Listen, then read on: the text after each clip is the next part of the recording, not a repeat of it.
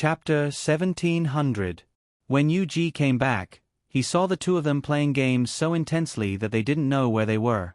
From time to time, he could hear the little girl scolding them. "I told you to go left, why did you go right? Use your skills. Do you even know how to play? F***ck.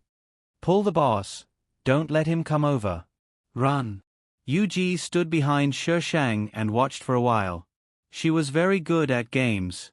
Perhaps he couldn't compare to her in terms of skills, but, according to the information, she had never played games before.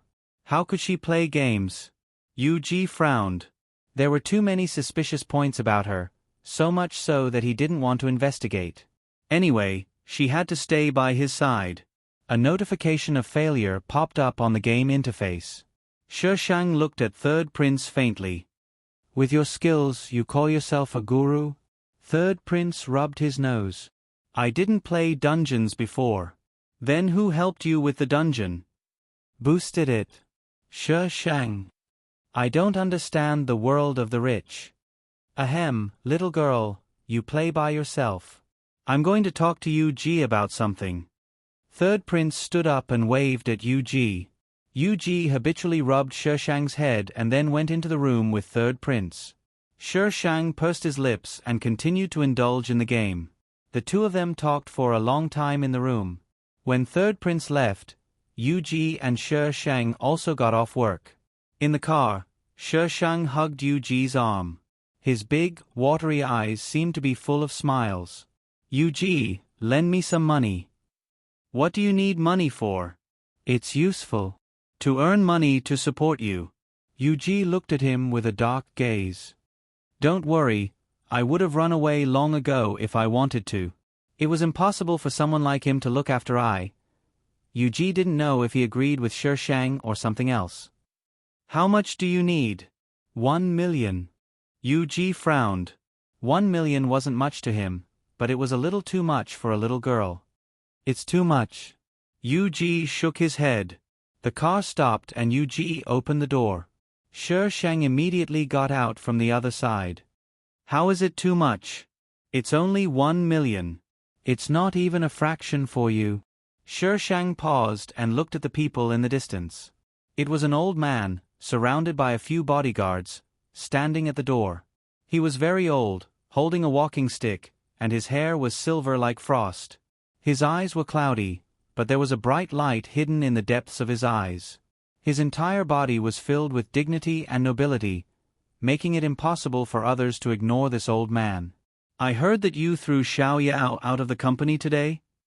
When the old man's gaze met Yu-ji's, it suddenly sank a few degrees, mixed with disgust and displeasure, but he had no choice but to endure and talk to him. "Okay."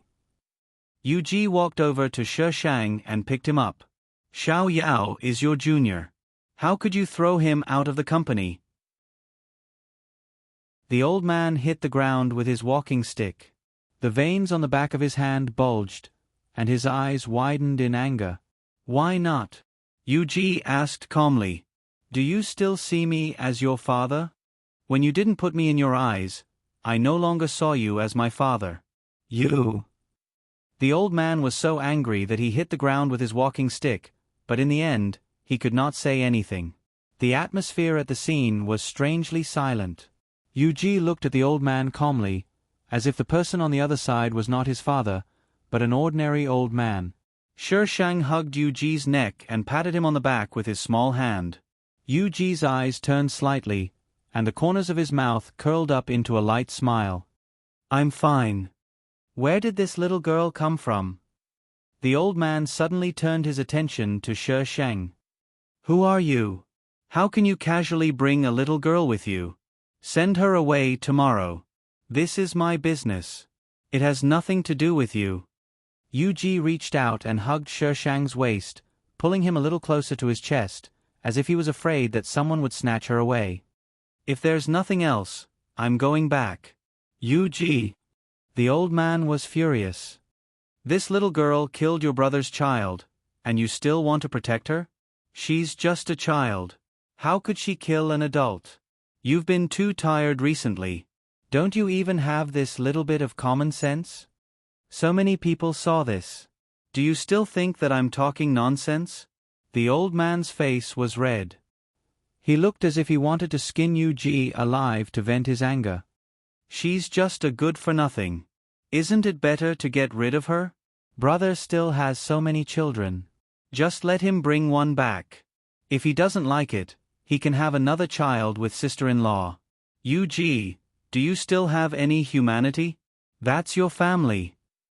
What kind of monster was this? Why did he have such a son?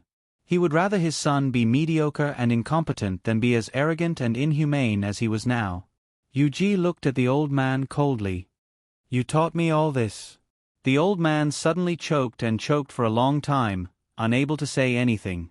Yu-ji bypassed them and walked past the bodyguards. Without the old man's order, the bodyguards did not dare to make a move. They all moved aside and watched Yu-ji enter the villa. The moment the villa's door closed, Yu-ji's tense body relaxed. He leaned against the door and slowly buried his face in She Shang's neck. It's okay. She Shang rubbed his face. Yu-ji, you still have me. Yu-ji lifted his head. His eyes were deathly still, like those of a person whose heart had already given up. Not a single ripple could be seen in his eyes. His fingers lightly rubbed She Shang's back. After a while, he smiled. Yeah, I still have you. She Shang held his face and kissed it. He tried to move his lips up, but Yu-ji avoided him and carried him upstairs. Stop fooling around. Then are you going to lend me the money or not? No. He was afraid that she would ask for so much money. Why? I'm afraid that you'll run away. She Shang. After that, no matter how She Shang coaxed him, Yu-ji refused to lend him the money. She Shang could only shamelessly cause trouble at night, making Yu-ji unable to do anything. Yu-ji panted slightly. That sound was especially seductive in the dark. He grabbed She Shang with his hot hand and did not let him move. Stop fooling around. Sleep. Lend me the money. He calmed his unsteady breath and said helplessly, Okay, I'll lend you the money. Don't do this again. You don't like it? She Shang lay on top of him and smiled slyly. But your body is very honest. Yu-ji pushed She Shang down and hugged him. He sighed faintly. You're too young. Ha ha ha, then you're in trouble. Yu-ji's eyebrows twitched. Wasn't he in trouble? He thought that he would try his best to lock her up, but who knew that she didn't even need to? Don't play games for too long. It's not good for your health, Yu-ji reminded. You're not accompanying me. If I don't play games, what else can I play? I'm sorry. Yu-ji was a little apologetic. After this busy period, I'll find time to take you out to play, okay? He was really too busy recently. There were many things that he needed to do. Okay. To the moon. Yu-ji. Chapter 1701. Yu-ji was so busy that She Shang almost couldn't see her. Even if she followed him all day long, she wouldn't spend more than 2 hours with him. Other than playing games to earn money, she didn't have any other entertainment. The game company talked to her many times, but She Shang ignored them all. She caused chaos in the game every day. She was complained about cheating, but the company didn't deal with it. Sooner or later, it would go bankrupt. The words, your grandpa, became popular all over Jinjiang Spring. All the players knew that when your grandpa appeared, there would be a storm of blood. Run when you see your grandpa. Fortunately, being killed by your grandpa didn't cause you to lose experience, but you would get a lucky buff. Otherwise, a large group of people would probably die. Private, Blizzard. The dungeon will open at 8 o'clock tomorrow. Private, your grandpa? Private, Blizzard. You killed so many people that you forgot your business? Ghost Cave Dungeon. Private, your grandpa. What does it have to do with me? I said that I would be killed to level up, and now I'm level up. Charming Smile is also doing well with you guys. You can open it yourselves. Why are you calling me? I'm not going. Private Chat, Blizzard without return. I've never seen someone who wasn't willing to open a dungeon. Do you know how tight their position is? Private. Your grandpa. I'm going to kill people. Bye, young man. Blizzard went back and told the others about this. Someone pointed out the key point. This dungeon would most likely require a special account. After all, artifacts were super rare. If she didn't go, the chances of them getting an artifact would be much lower. Thus, Sheng received a group of greetings. Sheng turned off the private chat in annoyance. He also turned off all the channels and focused on killing people in the arena. She had already controlled her damage to a normal level, so she relied on her skills to kill people and didn't cheat. When Sheng came out of the arena, he opened the world channel and saw a scolding. Scolding who? Of course not me. I'm such a cute baby, how could I be scolded? World, White Dragon Horse, your grandpa is shameless. What's the big deal about killing people? Don't cheat if you can. F*CK, were you F*King F*Ked by the boss of the game company? World, difficult to reach the blue sky. Your grandpa, you be *TCH. Come back and fight me one-on-one if you can. Don't F*King cheat. Sheng. Alright, it was time to scold her. Previously, the world channel was scolding overwhelming smile. PM, alluring smile. You were scolded too. What a coincidence. Private chat, your grandpa. What did you do this time? If there was anyone who could appear on TV with Sheng, it would be this female lead. She still hadn't seen the male lead appear, so she didn't know what had happened. PM, alluring smile. I stole the monster from the scumbag, and then his mistress wouldn't let me go. So I wiped them out, and that's it. Private chat, your grandpa, what level are you? To be able to wipe out a group of scum men, the female lead sure leveled up quickly. PM, alluring smile. Ha ha ha, not high, not high. I'm only 49, one level away from max level. Private chat, your grandpa, level 1 trash didn't want to talk. Previously, she hadn't reached the maximum level, but during this period of time, everyone on the leaderboard had reached the maximum level. Even UG had reached the maximum level. Everyone else had reached the maximum level, but she was still hovering around level 1. PM, charming smile. Oh right, why didn't you go to the dungeon? PM, your grandpa, I'm not going. PM, charming smile. Let me tell you a secret. You can level up if you go to the dungeon. You'll get more experience in the dungeon than us. This kind of dungeon is specially prepared for special accounts to level up. PM, your grandpa. I need to kill people or be killed to level up. The experience from killing monsters is very low. Do you want me to go to the dungeon to kill people? Wipe you guys out. Even if they were in a team, they wouldn't be wiped out. So what was she going to do? PM, alluring smile. PM, charming smile. You definitely won't regret coming. I'm going to lie to you that I'll be cheated on for the rest of my life. PM, your grandpa. Do you have to be so vicious, female lead? PM, charming smile. Come on, little sister. Let's have some fun together. Let's paddle together. Side by side, let's soar in the Jojo continent. You're the wind, I'm the sand. Sauce fermented to the end of the world. Sheng. You're even singing. Sauce fermented to the end of the world. Where are you, male lead? Hurry up and take this crazy female lead away. I can't bear it. Sheng still didn't want to go to the dungeon. Charming smile followed her for the entire afternoon.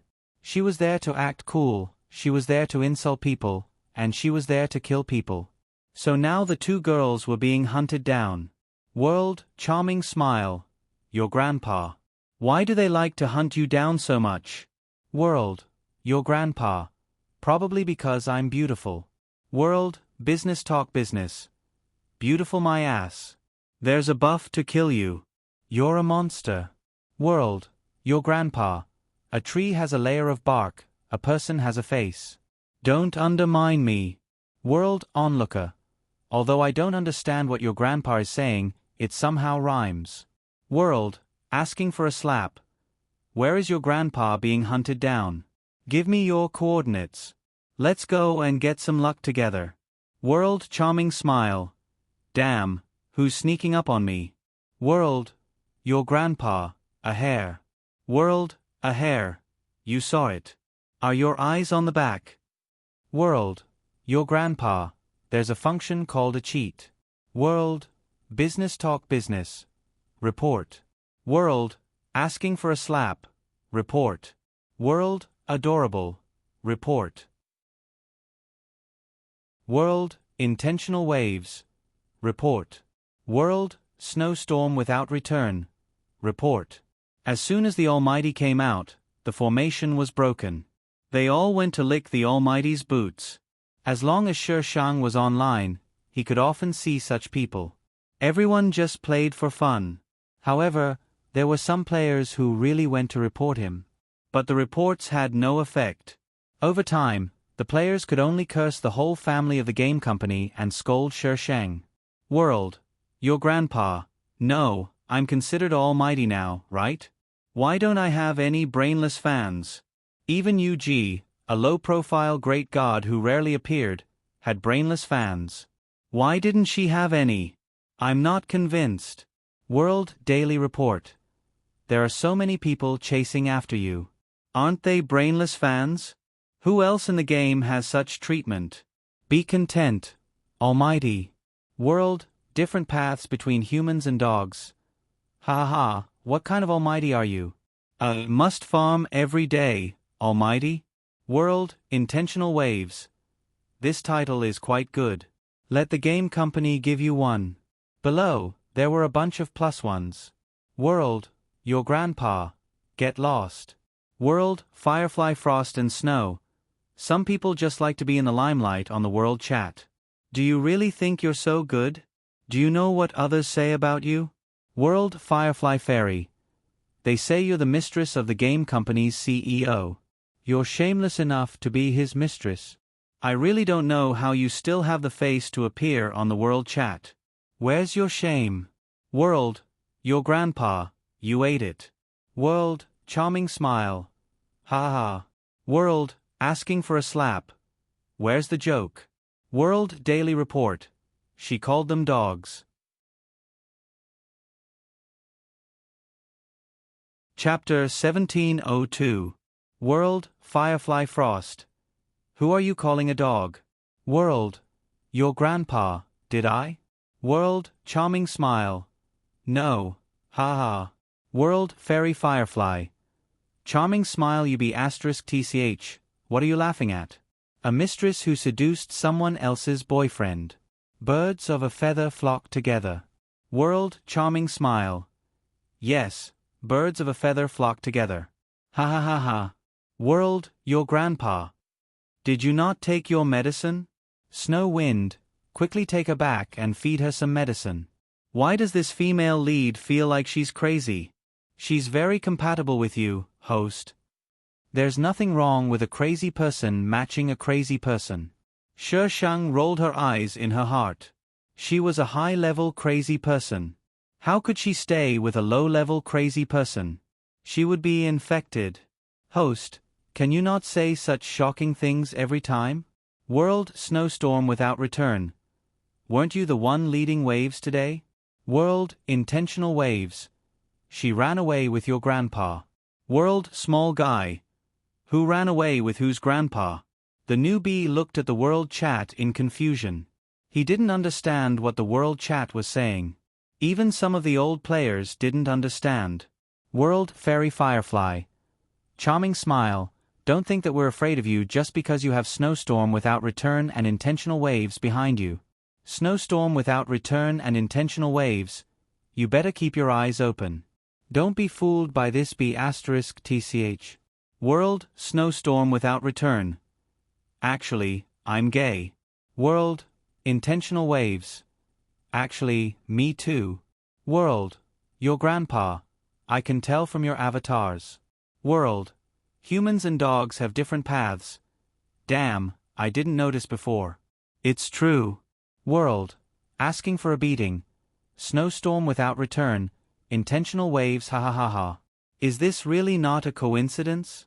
Two big guilds can coexist so peacefully. I don't believe that there's no adultery.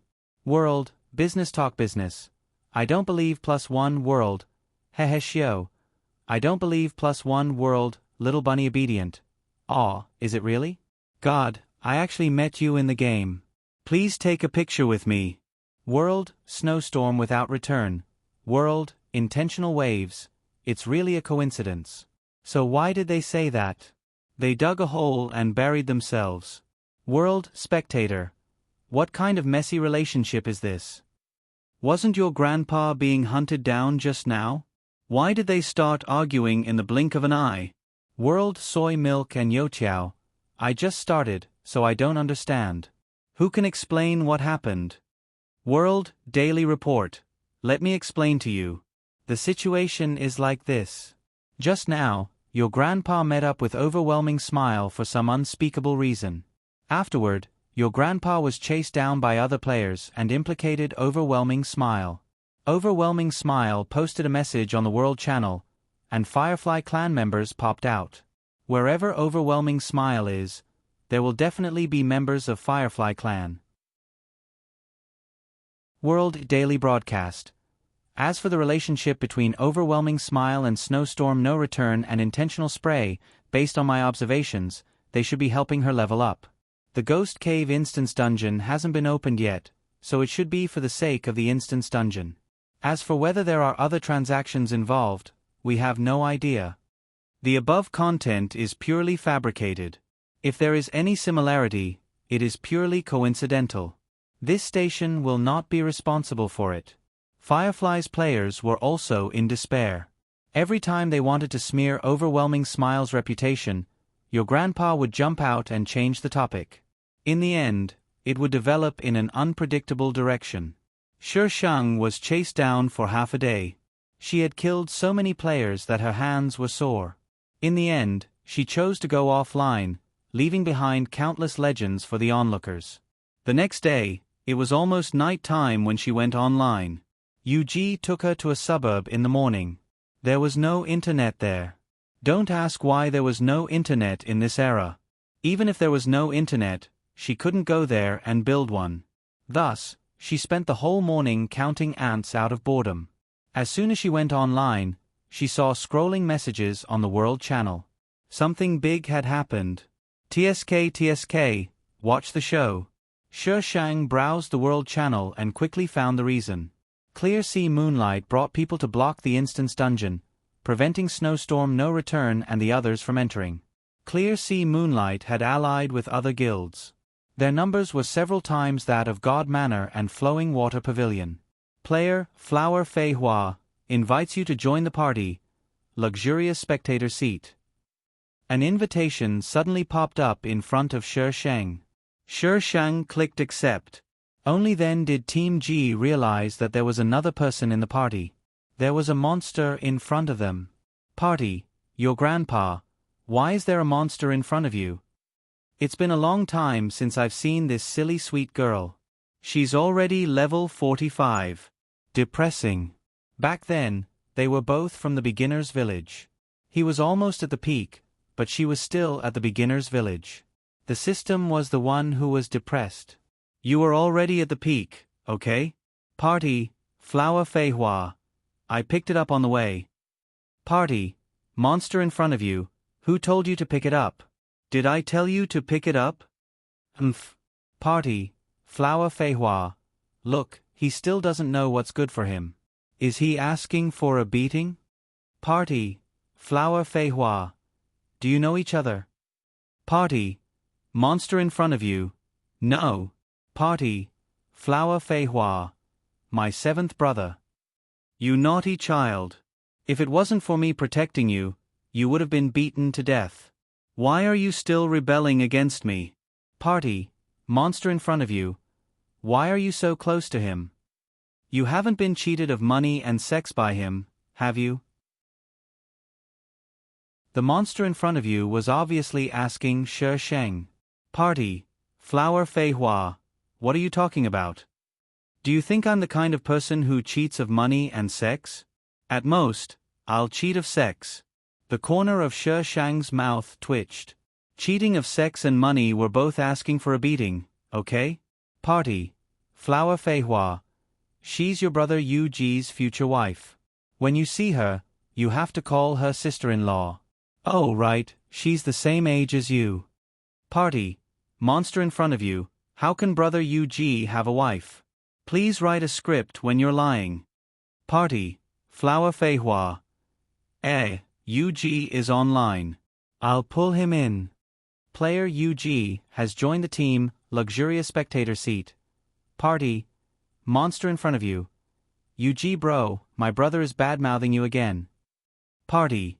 Yu Ji. Come out for dinner later. Party. Flower Fei Hua. What dinner are you talking about? You're still willing to treat me to dinner? Is the weather going to change? Party. Your grandpa. Okay. Party. Flower Fei Hua. Damn, isn't he talking to me? Party. Monster in front of you. Yu Ji bro, my brother said that your grandpa is your future wife. He even said that she's the same age as you. The monster in front of you that was ignored appeared again. Party. Yu Ji. Okay. Party. Monster in front of you. Party. Flower Fei Hua. See, I didn't lie to you. Ha ha ha ha, your brother Yu Ji has a weird fetish. He likes little girls your age and wants you to worship him. Do you feel like your faith has collapsed now? Ha ha ha, come into my arms. I'll let you worship him as much as you want. The monster in front of you suddenly disappeared from the team. Party. Your grandpa. Are you guys really biological? Party. Flower Fei Hua. No. She Shang's mouth twitched. No wonder. If they were biological, it would be a tragedy. Asterisk, this is a fake group.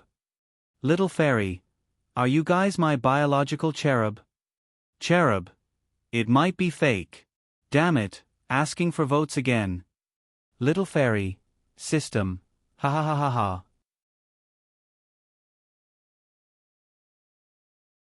Chapter 1703. She Shang left the room with her laptop. She could move freely in the villa now, but she couldn't leave the villa as she pleased. She ran down the stairs. Yu Ji was sitting on the sofa in the living room with one leg on the sofa and the other bent slightly. The laptop was placed on his abdomen. He looked lazy and elegant. Yu Ji. She Shang pounced on him. Yu Ji raised the laptop high to prevent She Shang from hitting it. Be careful, you're so careless. Yu Ji said gently and put the laptop aside. She Shang shrank into his arms. Yu Ji wrapped his arms around her and watched her talk to Hua Fei Hua. Team, Hua Fei Hua. Why isn't Yu Ji saying anything? Yu Ji typed on She Shang's laptop. Team, your uncle. I can see it. Team Hua Fei Hua. Yu Ji's phone vibrated. It was a message from the third prince. Mr. Yu, control yourself. She's still a child. How can you do this to her? You're a beast. The corners of Yu Ji's mouth curled up slightly, and there seemed to be a smile in his eyes. He typed with one hand, and one word after another jumped onto the screen before he sent it out. I'll wait for her to grow up. Yu Ji put down his phone. He propped his head up and watched the little girl in his arms play games. The lifeless villa seemed to have some life in his arms. He liked this feeling. There was no endless cold and darkness. She Shang and Hua Fei Hua arrived at the entrance of the dungeon.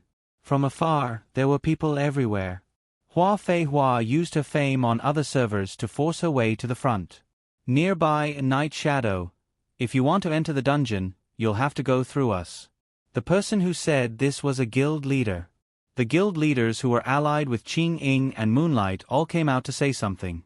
Their general meaning was, don't even think about entering the dungeon. If you can't get it, no one will get it. Nearby, Leveling Maniac. You can enter the dungeon, but you'll have to bring our people. Otherwise, we'll all be here. Nearby, Charming Smile. I've seen the highest level of shamelessness today. Nearby, Fairy Firefly. In terms of shamelessness, Charming Smile, you're the ancestor. Nearby, your uncle. Then why aren't you the ancestor? Area, alluring smile. Ha ha, sir, you're here. I knew you would come. Area, Hua Fei Hua. You've risen to the level of a grandpa? Nearby, your grandpa. I am your grandpa. Area, Hua Fei Hua. It's not good for the little girl to take advantage of me like this. Nearby in night shadow, those who have nothing to do with this, please don't speak. The wind and snow have no return, but the waves have intentions. Hurry up and make your choice. Do you want to bring our people in, or do you want to waste your time here with us? Area, Hua Fei Hua. Tisk. Awesome. Area, Daily Report. You dare to offend Hua Fei Hua? I really admire you. When the Almighty became famous, you were still doing nothing. Nearby, clear crescent moonlight. I know that Hua Fei Hua is a guru on another server, but it's hard to say if this is the real deal. Furthermore, this has nothing to do with him. If he has offended you in any way, please forgive him. Qing Min Moonlight was quite tactful. He did not want to offend the gods from other servers, but he raised the question of whether it was her true self. After all, one server could not have the same name, but another server could. Area, your grandpa. Is there anyone farming flaming birds? Let's team up. Area, alluring smile. Let's go. Snow wind, wave, wave. Do you want to farm flaming birds? Area, wind and snow have no return. Let's go. Who's driving? Area, your grandpa. Hua Fei Hua. Area, Hua Fei Hua. Why me? I'm here to watch the show. Why do I have to farm flaming birds? I hate farming dungeons. Although Hua Fei Hua said that, she had already invited the people over to join her team. Alluring smile saw Yu Ji with her sharp eyes. PM, alluring smile. Hey, I've been wanting to ask you. What's your relationship with Yu Ji? Why is he always following you? She had seen him a few times, especially at night. She even saw Yu Ji running around the map with her. PM, your grandpa. He's my boyfriend. Private chat, alluring smile. Reject dog food. Team, wind and snow have no return. Hey, grandpa, your bodyguard is here too? Wind and snow have no return saw Yu Ji too. They were familiar with all the people on the leaderboard. Yu Ji was the only one who was online most of the time. He didn't belong to a guild, but he had PK'd with others before. His skills were not bad and he was a master. Team, intentional wave. Grandpa, are you having an affair with this master? Sinister. Team, Hua Fei Hua. Aren't we farming flaming birds? Are we still farming? Am I leaving? Team wind and snow have no return. Are we really leaving like this? Team, your grandpa. They're blocking here. You can't get in. They have too many people. You'll be at a disadvantage if you fight them. Let them block. Team, intentional wave. What if they keep blocking? Team, your grandpa. Sneak attack in the middle of the night. Use your brain. Your brain is on your neck. It's not for you to decorate. Team, alluring smile. That's right. Let them block. When the enemy is too strong, we have to avoid them. Don't rush in like a brute. We'll sneak attack at night. Alluring smile agreed with Shi Sheng. Team, intentional wave. This is too despicable. Team, Hua Fei Hua. No, this is called strategy. Team, wind and snow have no return. Team, intentional wave. Wind and snow have no return and intentional wave arranged for the people who were planning to farm the dungeon. Then, they went with Shi Sheng to farm the Flaming Birds dungeon. The others thought that they were joking. Who knew that they would really go and leave such a large group of people here? The conditions to open the dungeon were in their hands. If they didn't move, what was the use of them blocking? The world was speechless.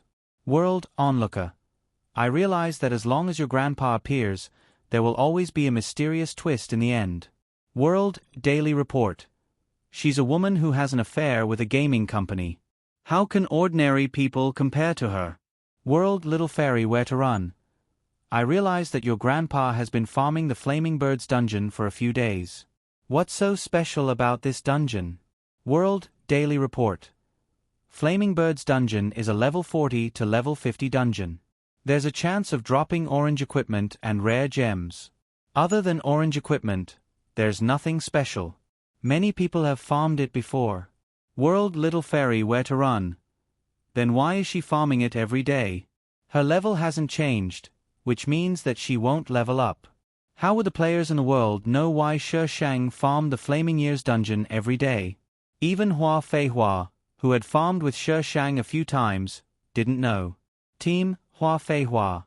Little girl, why are you so obsessed with the Flaming Bird's dungeon? She had lost interest in the previous dungeons after one try. But this Flaming Bird's dungeon. Team, your grandpa, I think that bird is really annoying. Team Charming Smile, what? Team Wind and Snow, the last boss is a Flaming Bird's. That bird is really annoying. But you farmed the Flaming Bird's dungeon just for that? What's wrong with your brain? You farmed it for a few days because the boss is annoying? Team, your grandpa, what else? It's just a bit more durable. Team, that's the real reason. If you don't use hacks, everyone can take a beating.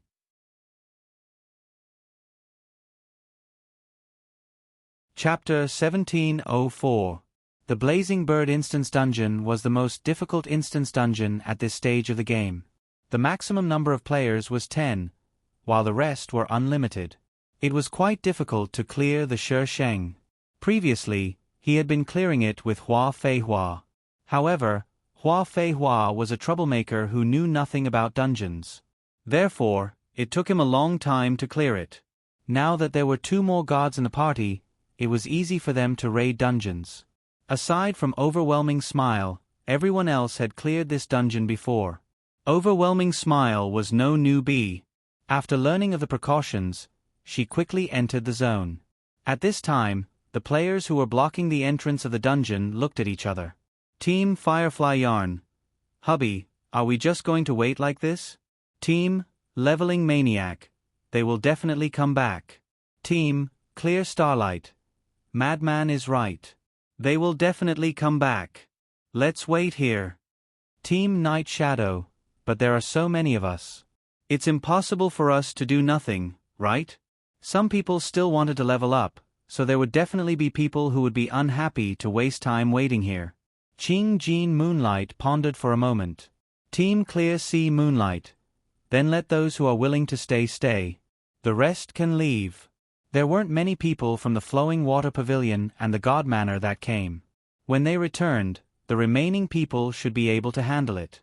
Even if they couldn't handle it, they should be able to hold on until reinforcements arrived. Team Leveling Maniac. That's the only way. They asked the players who were willing to stay, while the others dispersed. They went to level up, but if something happened later, they had to rush over immediately. Instead of waiting for the person to return, they received a system message. System announcement. Congratulations to player, Flower Not Flower, your grandpa, UG, Charming Smile, no return from Blizzard, intentional waves, for breaking the record of the instance dungeon, Blazing Bird. System announcement. Congratulations to player, Flower Not Flower, your grandfather, UG, Charming Smile, no return from Blizzard, intentional waves, for clearing the dungeon, Flame Bird, Fire. The world fell into a strange silence for a few seconds. World, Sentimental Sky. Flaming Bird, Fire? What kind of dungeon is this? Why haven't I seen him before? World, Old Wong Next Door. I've never heard of such a dungeon. World, Daily Broadcast. The 2 messages appeared at the same time. This is a hidden dungeon, right? I've seen a post saying that some high-level dungeons actually have hidden dungeons, but the conditions to open them are unknown. World, you're asking for a beating, you're so lucky. There's still a dungeon over there that hasn't been opened, and you've already cleared a hidden dungeon. World, Onlookers, what good stuff did he drop? At the entrance of the Flame Bird Instance Dungeon, Overwhelming Smile was taking inventory of the loot. She was the one who had triggered the hidden dungeon, and the loot was quite good. Team Charming Smile. How should we split? Picture. Picture. Picture. Picture. Picture. Team, you, not interested. Team, Hua Fei Hua, not interested. Team, UG, not interested. The other 3 players in the team were embarrassed. These items were not ordinary items. At the very least, it was difficult to buy them on the market even if one had the money. They didn't want the Shi Shang, so they divided the items among themselves. Team, Charming Smile. Little sister, let's go. Let's kill our way back. Team, Blizzard Without Return. They still have a lot of people. Team, Your Uncle. She means to go back and kill them. We'll leave when they call them back. Team, Alluring Smile. Little sister knows me best. Team, Intentional Spray. The 2 of you will be killed. Team, Charming Smile. Game should be played to the fullest. Team, Hua Fei Hua. Let's go. Hua Fei Hua wanted to see the world in chaos. Blizzard Without Return didn't quite agree. The 2 of them were obviously past the age of fooling around. However, the 2 girls in the team agreed. The remaining guy was eager to give it a try. The other guy was silent the whole time. The 2 of them were also hot-blooded. The group returned to the instance dungeon valiantly. Clearwater's Moonlight's people thought that they were going to enter the instance dungeon, so they quickly called them back. Seeing that most of them had returned, the group quickly left and entered the instance dungeon. World. What are they playing at? System. Congratulations to players Hua Fei Hua, Your Uncle, UG, Overwhelming Smile, No Return, Intentional Spray for breaking the instance dungeon Ogre's record. System. Congratulations to players Hua Fei Hua, Your Uncle, UG, Overwhelming Smile, No Return, Intentional Spray for breaking the instance dungeon Anaconda Swamp's record. The system constantly refreshed the instance dungeon's record. Every time it was refreshed, the group of people would appear in front of Clearwater's Moonlight.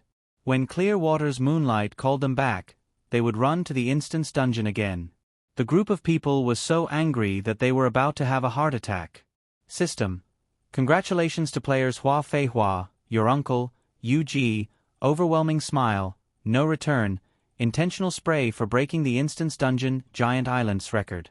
System. Congratulations to player Flower Not Flower, Your Grandfather, UG, Charming Smile, No Return from Blizzard, Intentional Waves, for clearing the dungeon Giant Island, Water. Team, Overwhelming Smile. Did you guys notice? Team, Intentional Spray. What did we notice? What kind of luck did we have today? How could we encounter a hidden instance dungeon so casually? Team, No Return. Flaming Bird, Fire. Giant Island, Water. According to the 5 elements, there should be metal, wood, and earth. Team, Hua Fei Hua. Why didn't I realize that this game could be played like this when I played it before? It felt like all the games I played before were for nothing. Shi Shang leaned against UG and opened the map to take a look. UG waved his finger in front of her. Here, here, and here. The rest of the hidden instance dungeons? UG nodded slightly. Shi Shang knew why it was so easy to get the hidden instance dungeons. It was because of the female lead. Her account could trigger all the hidden missions and instance dungeons in the game. It was like a bug. How could the female lead's account be ordinary? Team, No Return. Perhaps it was just designed like this. There's no special meaning behind it.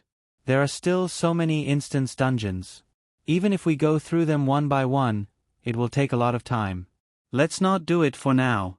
No Return analyzed the situation. Team, Overwhelming Smile. Yes, let's go to the Ghost Cave instance dungeon first. We tricked them just now.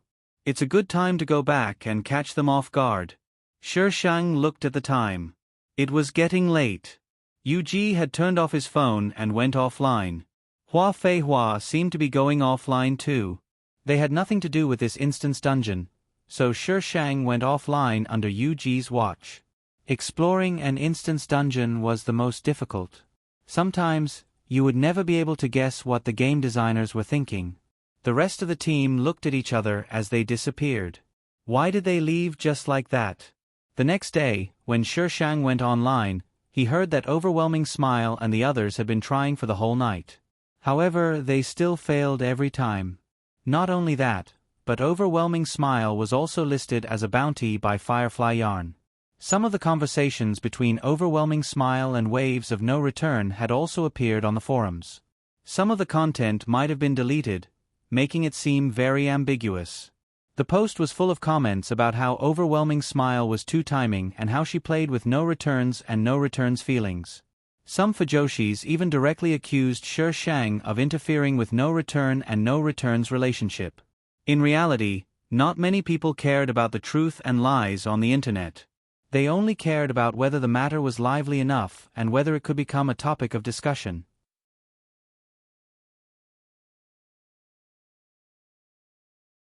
Chapter 1705. Shang didn't have much of a reaction to this matter other than chatting with Yuji while munching on melon seeds. She would kill and stir up trouble if she had to. She still dominated the world chat. As for Overwhelming Smile, she had been keeping a low profile for the past few days. Everyone thought that she was guilty, so under the instigation of the Firefly Gang, the world chat was filled with hate towards Overwhelming Smile. Only Shang knew that she was researching how to clear the dungeon. She didn't even put the post at the top of her mind.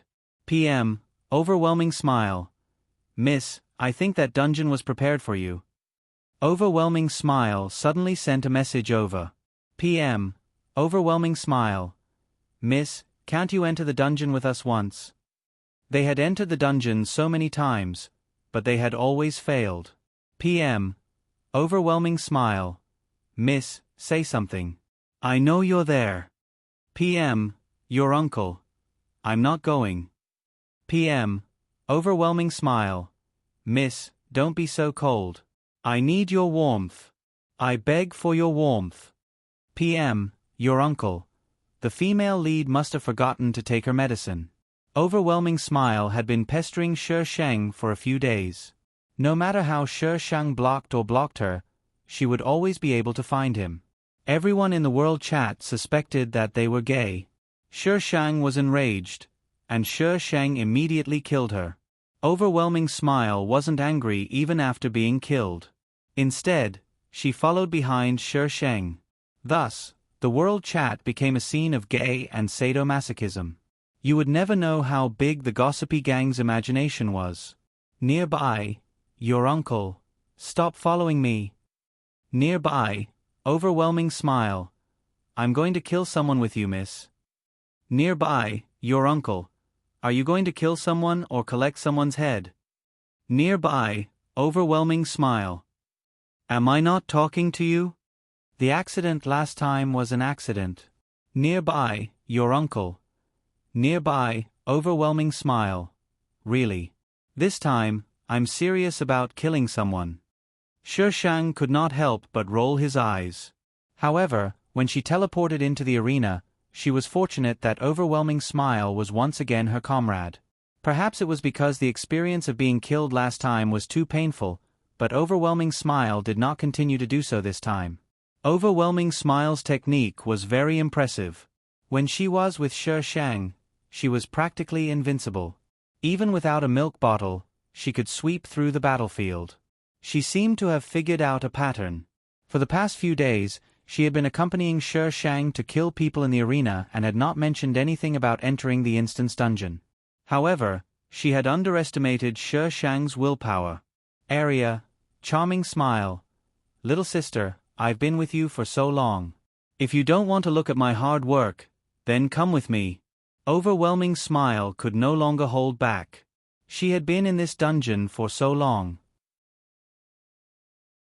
Nearby, your grandpa. What could she do about the female lead Darren's passion and persistence? Nearby, Charming Smile. Come on, big sister. Nearby, your grandpa. What time? Area, Charming Smile. Oh, 8 o'clock tonight. No Return and Intentional Waves would bring people to clear the dungeon every night, although they could not beat it every time. Area, Charming Smile. Then it's settled. 8 o'clock. 8 o'clock. Remember, big sister. Arya, your grandpa. Can you get lost now? Arya, charming smile. I'll get lost now, I'll get lost now. Sher Shang put down his computer and got up to drink water. The minister came in with a stack of documents. He looked up at Sher Shang. Miss, there's a banquet that third young master wants to bring you to. Can you come with me to choose a dress? What banquet? This was the first time Yu had brought her out. A birthday banquet. Oh. The minister brought a few people and left the company with Sher Shang to a nearby dress shop to choose a dress. Previously, Yu did not want to let her out, so he did not prepare a dress. Now that Sher Shang was so obedient, his heart ached to keep her locked up all day, so he wanted to take her out for a walk. After picking out the dress, Yuji's car was already waiting outside. Sher Shang stood outside the car holding the hem of her dress. Do I look good? She turned around and the wide hem of her dress spun in an arc. The dress did not have any complicated decorations, but it still looked very cute. You look good in anything. There were many clothes at home, but she did not like to change clothes. When she did not go out, she would walk around in her pajamas. When she went out, she would casually put on 2 clothes. Occasionally, when she was in a good mood, she would choose a dress. Sher Shang got into the car and sat directly on Yu. She hugged his neck and rubbed against him. Yu smiled and closed the car door. The minister, who was standing outside, happened to catch a glimpse of his smile. The minister looked as if he had seen a ghost as the car door closed. Their third young master could smile like this? The minister looked up at the sky. Did the sun rise from the east recently? The car stopped in front of a villa. Yuji's car stopped and the greeter at the door immediately came forward. Sher Shang got out of the car first and looked at the villa not far away. Welcome, President Yu. A man's smiling voice sounded from the side. Sher Shang looked sideways and saw a man in a suit walking over. He was about 40 years old. Yuji got out of the car and nodded slightly. He said in a low voice, President Gu. This is... President Gu's gaze fell on Sher Shang. He did not remember that the Yu family had such a young girl. Yuji opened his mouth, but before he could say anything, Sher Shang continued. Child bride. President Gu was stunned. Then, he looked at Yuji. Was he joking? Yuji did not refute. Obviously, he agreed with Sher Shang. President Gu. Yuji was an unpredictable person, and he was close to the third prince. It was better not to provoke him. He smiled awkwardly. President Yu, please come in. Young girl, please come in too. The banquet was held in the garden behind the villa. There was a swimming pool in the middle. Some children were playing in the pool. The older children were standing beside their parents and greeting others. Hey, little girl. The third prince appeared out of nowhere and suddenly appeared in front of Sher Shang. Yuji instinctively pulled Sher Shang behind him. The third prince was still dressed in pink and looked very flirtatious. To use a more appropriate word, he looked gay. Yuji, let go. Sher Shang glared at Yuji unhappily. Yuji loosened his grip and looked at her little hand. He had used too much strength just now and it was red. Does it hurt? What do you think? He was bullying I because he was weak now. Sorry. Yuji's eyes were apologetic. He really did not do it on purpose. Why are you so nervous? The third prince smiled frivolously. Even I, as a prince, am not as nervous as you are. Yuji ignored him and walked inside with Sher Shang. The third prince caught up with the two. I say, Yuji, aren't you being too paranoid? In any case, everyone here is a high-ranking official. Are you very free? I'm not free. Didn't I leave the beauty behind to greet you when I saw you? And you're still pulling a long face. Did I owe you in my past life? You can leave now. Fine, fine, fine. Anyway, you have a little beauty now. The third prince stared at Sher Shang with a smirk. He probably wanted to reach out and pinch Sher Shang's face, but Yuji mercilessly slapped his hand away. He shrugged. You really can't touch her at all. Yu Ji's gaze was clear. He could not touch her.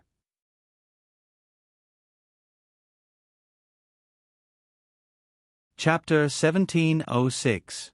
This kind of banquet was very boring, and Yu Ji had to deal with a lot of people. With Shi Shang by his side, other than being looked at and suspected, there were all kinds of strange discussions. Yu Ji probably saw that she was impatient, so he asked Shi Shang to bring her to the lounge to play games. Shi Shang waved at him and signaled him to bend down. Yu Ji squatted down. Don't run around, I'll come and get you later. Shi Shang leaned over and gave him a peck on the cheek. Someone gasped from the side. Yu Ji rubbed her head under a surprised gaze, his gaze gentle. Go. Shi Shang brought Shi Shang to a lounge. Shi Shang didn't dare to go out, so he just watched Shi Shang play the game. There was still half an hour before 8 o'clock, but Snowy No Return and Intentional Waves were there, but Charming Smile wasn't.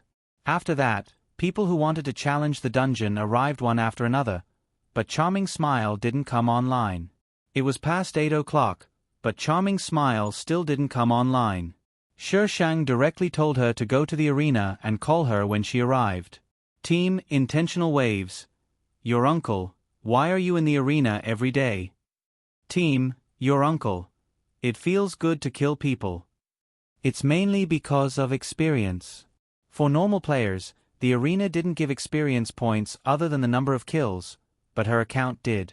No matter where she killed or was killed, she would get experience points. Team Intentional Waves.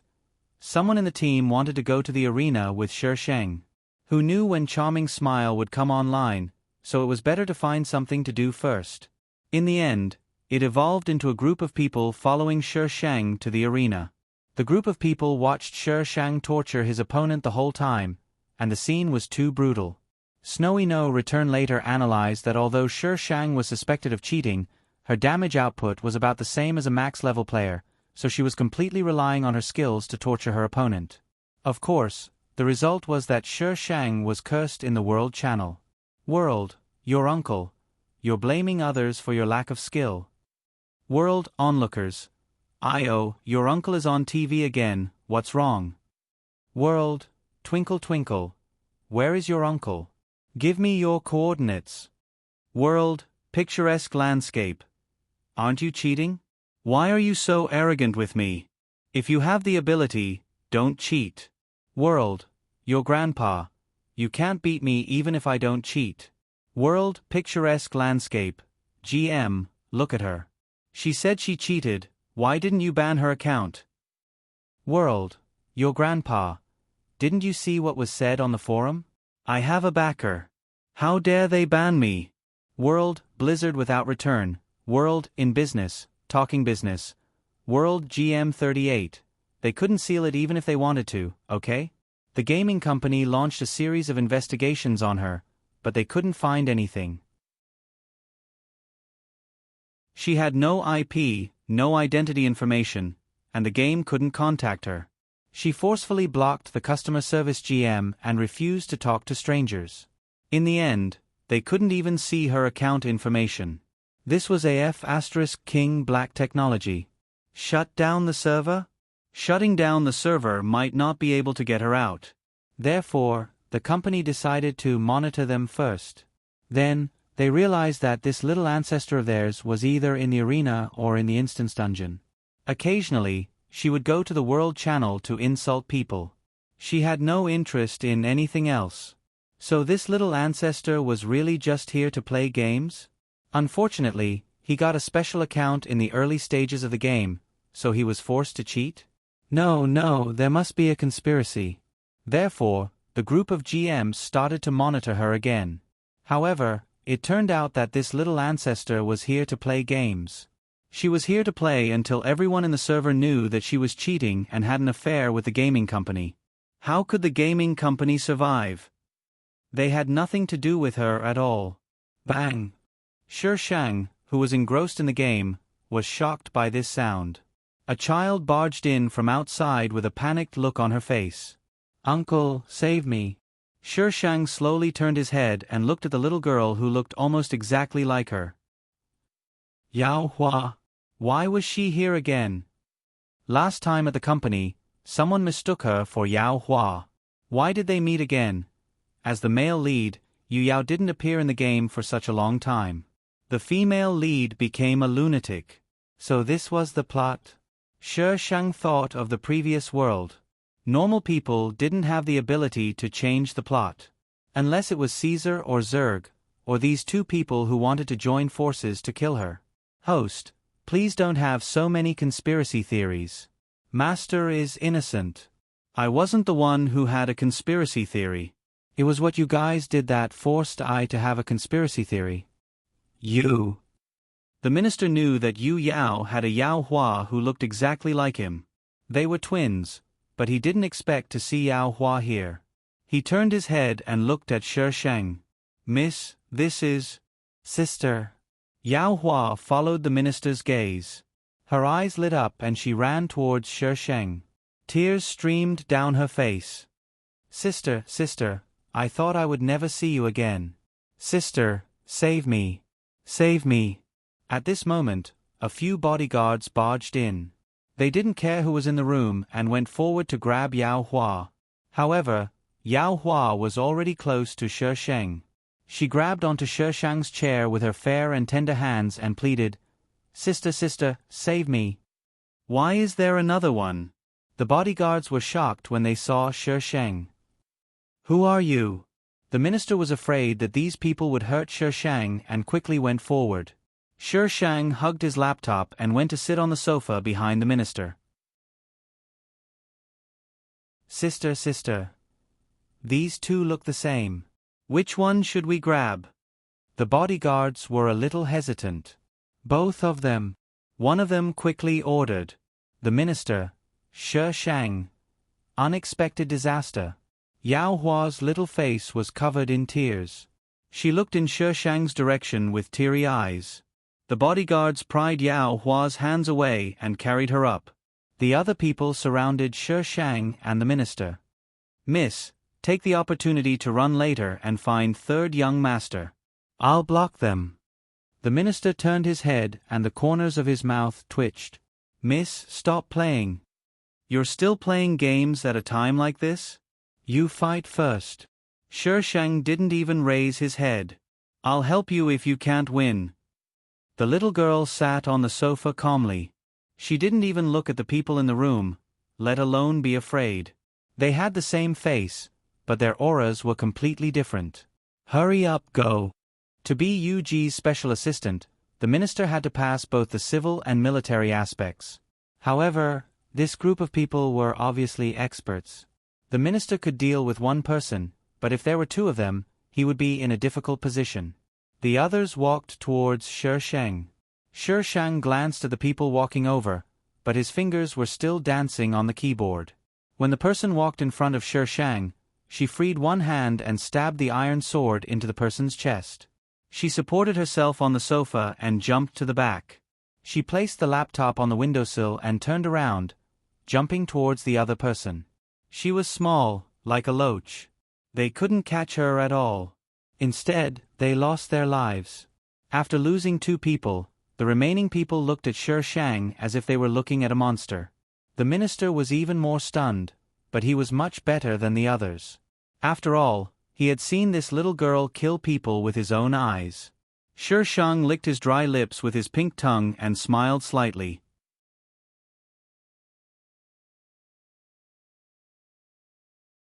Chapter 1707. The remaining two men were shocked by Shi Shang's smile. If someone had told them an hour ago that they would tremble at the sight of a young lady's smile, they would have laughed out loud and mocked the person. Go. Go, let's go. Was this a young lady? She was like a demon that had crawled out of hell. Sister.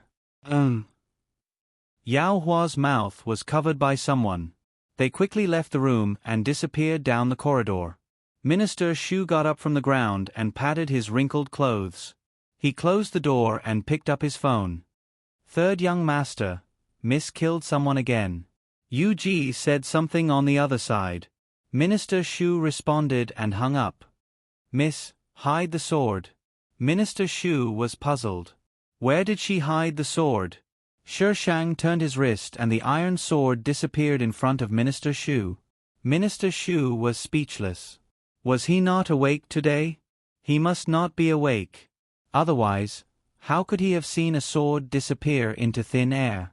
No matter how hard Minister Shu tried to convince himself, he could not deny that the sword had disappeared into thin air. It was as if he had not seen where she had taken the sword from. Shi Shang continued to play on his computer, not caring about the corpse in the room at all. Yu Ji quickly came up. At the same time, Third Prince and President Gu, who had been waiting at the door to welcome them, also came up. They were a little surprised when they saw the scene in the room. Yu Ji walked quickly to Shi Shang and scanned his body like an X-ray. "I'm fine." Shi Shang looked up at him. Yu Ji pulled him into his arms with a solemn face. His heart was beating so fast that it seemed like it was going to jump out of his chest at any moment. Shi Shang reached out and hugged his waist, comforting him gently. "Mr. Gu, please clean this up a little." Third Prince pointed at the corpse on the floor. Not many people knew about it yet. If someone came up and saw it, it would cause a panic. President Gu snapped out of his daze and hurriedly called someone to clean it up. At this moment, someone whispered something in President Gu's ear. President Gu's expression changed slightly. He looked at Minister Shu, who was in the room with bruises on his face. "Special Assistant Shang, when you were fighting with these people just now, did you see them carrying a child?" Mr. Gu did not think that Shi Shang was responsible for their deaths. After all, he was still a child. The minister frowned and looked at Shi Shang, who was in Yu Ji's arms. He muttered, "Yes." President Gu was slightly delighted. "Where did that child go?" "I'm not sure. I only care about our Mississippi." Mr. Gu's joyful expression faded, and he ordered the people behind him, "Go check the surveillance cameras everywhere. We must find the culprit." The villa's surveillance cameras were located in several public areas. Fortunately, they surrounded the entire villa and there were no blind spots. Therefore, from the surveillance cameras, they saw two people carrying a child leave through the window and disappear into the night. However, he had no idea who those people were. The person who went missing was Yao Hua. Yu Yao was very angry. It was a good birthday party, but it ended up like this. President Gu was also very sullen. Mr. Gu ended the banquet early and sent the guests away. Yu Ji kept hugging Shi Shang as if he was afraid that something would happen to Shi Shang if he let go. Shi Shang was playing games in his arms, completely oblivious to the tension in the room. Third young master. The minister had changed into a clean set of clothes and the wound on his face had been treated. He stood respectfully in front of Yu Ji. "Who was it?" Yu Ji's voice was cold with a hint of ruthlessness. "Third young master, I don't think they were after Mississippi," the minister said. "They were after Mrs. twin sister, Yao Hua. They saw that Miss and Yao Hua looked alike, so they wanted to kidnap both of them." Yu Ji narrowed his eyes. "Find out." "Yes." The minister left the room and bumped into Yu Yao, who was walking over with his men. Before the minister could speak, Yu Yao pushed the minister aside and barged into the room. "Third uncle." His gaze landed on Shi Shang. "Third uncle, I have something to say to you." "We have nothing to say to each other." Yu Ji's eyes were clouded with a layer of haze. "Today's incident was caused by your people. I will settle this matter with you. Third uncle, if you don't want me to make this public, listen to me first." Yu Yao pointed the phone at Yu Ji. There was no sound. Only Yu Ji and Shi Shang could see the contents of the phone. Shi Shang closed the laptop and jumped down from Yu Ji's body. "Are you threatening me or Yu Ji with this?" "I don't want to threaten anyone. I just want to ask third uncle for a favor." Yu Yao put the phone away. "That's not how you ask for help." Shi Shang looked at Yu Yao with a half-smile. "Yao Yi, she's your sister." Yu Yao's eyes burned with anger. "You just watched as she was taken away? Back then, I also watched as you took her away." Shi Shang shrugged. "If I wasn't lucky, I would have been dead by now. I would have died at the hands of your dear brother." Yu Yao's eyes darkened. Shang continued, even if you make the video public, I'm not afraid. I just killed a few people. It can be considered self-defense, right? Yao Yi, you don't understand. Yu Yao sneered. Once this video is made public, you'll face countless people fighting over it. If they can't get you, they'll destroy you. The sudden appearance of the sword was just a show for ordinary people, but some people would notice something different. Even if no one knew the reason, there would be people willing to pay a lot of money to snatch her away and bring her back for research. So what? Shang turned around. Her small body contained an incomparably powerful soul. Her confidence and arrogance were on full display. If I can't even deal with these few people, then I would have lived all these years in vain. Third uncle. Yu Yao looked at Yu Ji. Do you think so too? Yu Ji asked. What do you want? Yu Yao heaved a sigh of relief. Oh, yuan shares under your name. The people who kidnapped Yao Hua wanted him to exchange yuan shares for her. Yuan shares had been taken away by Yu Ji a year ago, but outsiders had always thought that they were in his hands. He was glad that he had installed a surveillance camera on Yao Hua and recorded the scene of Shang killing people. Otherwise, he really didn't know how to get yuan shares from his third uncle. Yu Ji was silent. Shang gave the minister a look. The minister didn't understand for a moment. What did he mean? Shang continued to give him a look. The minister spread his hands. What did he mean? Close the door. Hadn't he done that before? People who didn't have a tacit understanding couldn't communicate with their eyes. The minister nodded and hurriedly turned around to close the door. Yu Yao's men immediately went forward to block the door. How could the minister be a match for so many people? Shang walked over quickly and swung his iron sword. The sharp blade emitted a strange cold air. It whistled through the air, and the air seemed to condense into frost. The people outside were frightened. Their bodies instinctively reacted to the danger and retreated. The door slammed shut in front of them. When they knocked on the door again, they were sent flying by a strange force. They couldn't get close to the door anymore.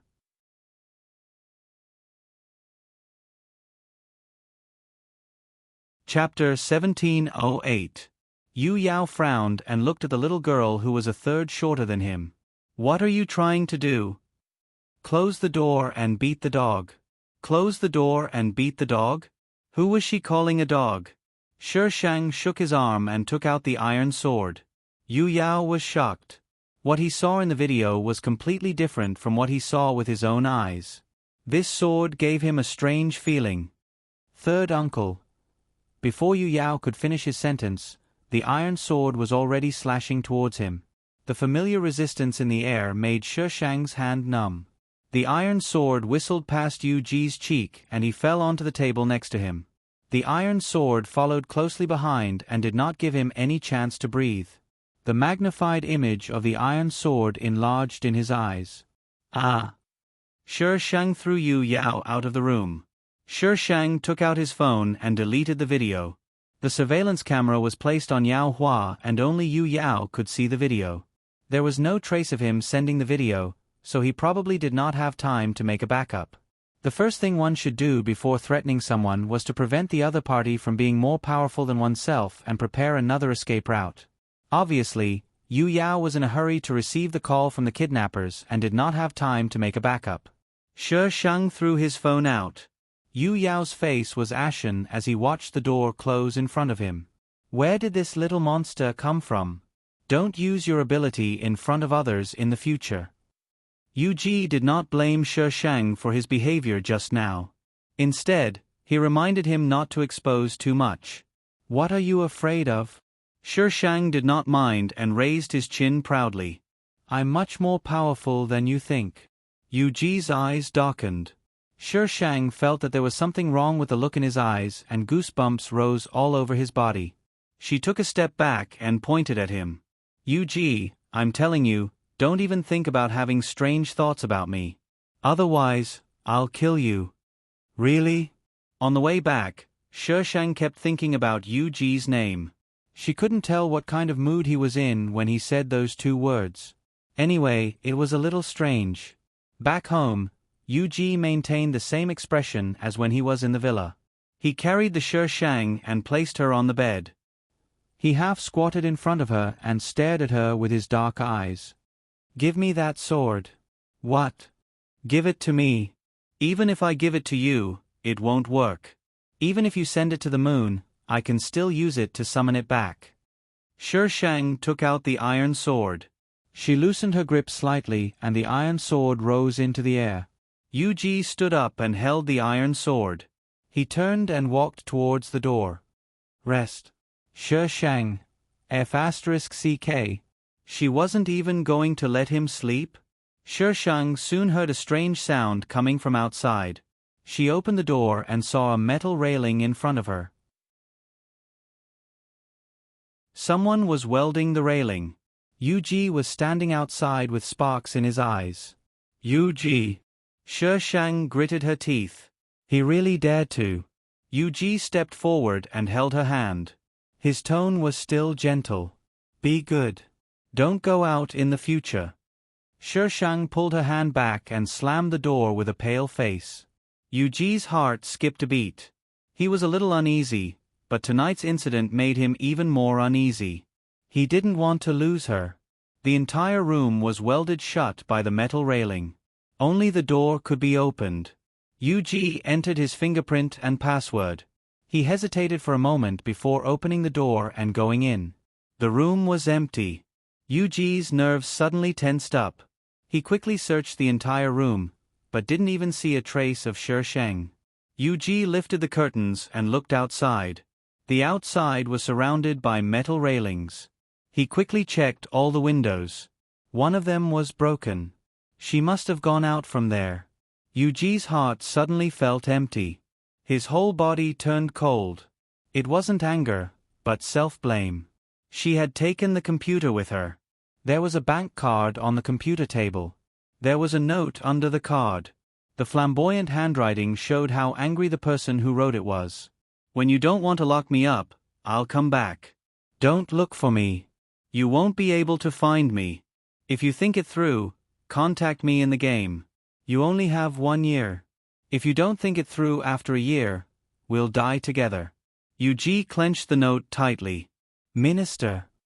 Third young master?" The minister came in and looked at Yuji in fear. Why did it sound like something big was going to happen? He scanned his surroundings from the corner of his eyes. The places where Shang used to sit were all empty. "Where did Miss go?" "Find her for me." The minister. "Miss ran away?" This room was now impenetrable. "How did Miss run away? Why aren't you going?" Yuji's face was gloomy. His gaze seemed to be able to kill someone. The minister swallowed hard and quickly left the room. "Quick! Get everyone to gather. Right now, right now. Hurry up." Yuji unfolded the note and calmed the restlessness in his heart. He slowly unfolded the note, folded it up, and put it in his pocket. The minister ordered people to search the entire Yu family manor. Everyone was confused. Yu Yao's side was also in chaos. With Yuji's interference, the entire manor was in chaos. The minister searched the entire manor but couldn't find her. He began to expand the search area. The iron sword was still in the villa. She didn't take it with her. Yuji stood in front of the iron sword. His slender hand rested on it. His gaze was a little blank. He muttered to himself, "Why? Why did she leave him? Buzz. Master had already tolerated you when you locked her up. Now you're going overboard. Master has already reached her limit. She won't back down anymore, even if you're Feng Ci." However, Yuji didn't understand what the iron sword was trying to say. "You know where she is, right, Buzz?" "Of course I know. I'm Master's sword. But I won't take you to Master. Master will be angry. Master is very scary when she's angry. I won't touch her." Yuji didn't understand what the iron sword was trying to say. The iron sword hummed a few times before quieting down. The red light in the middle of the sword dimmed a lot.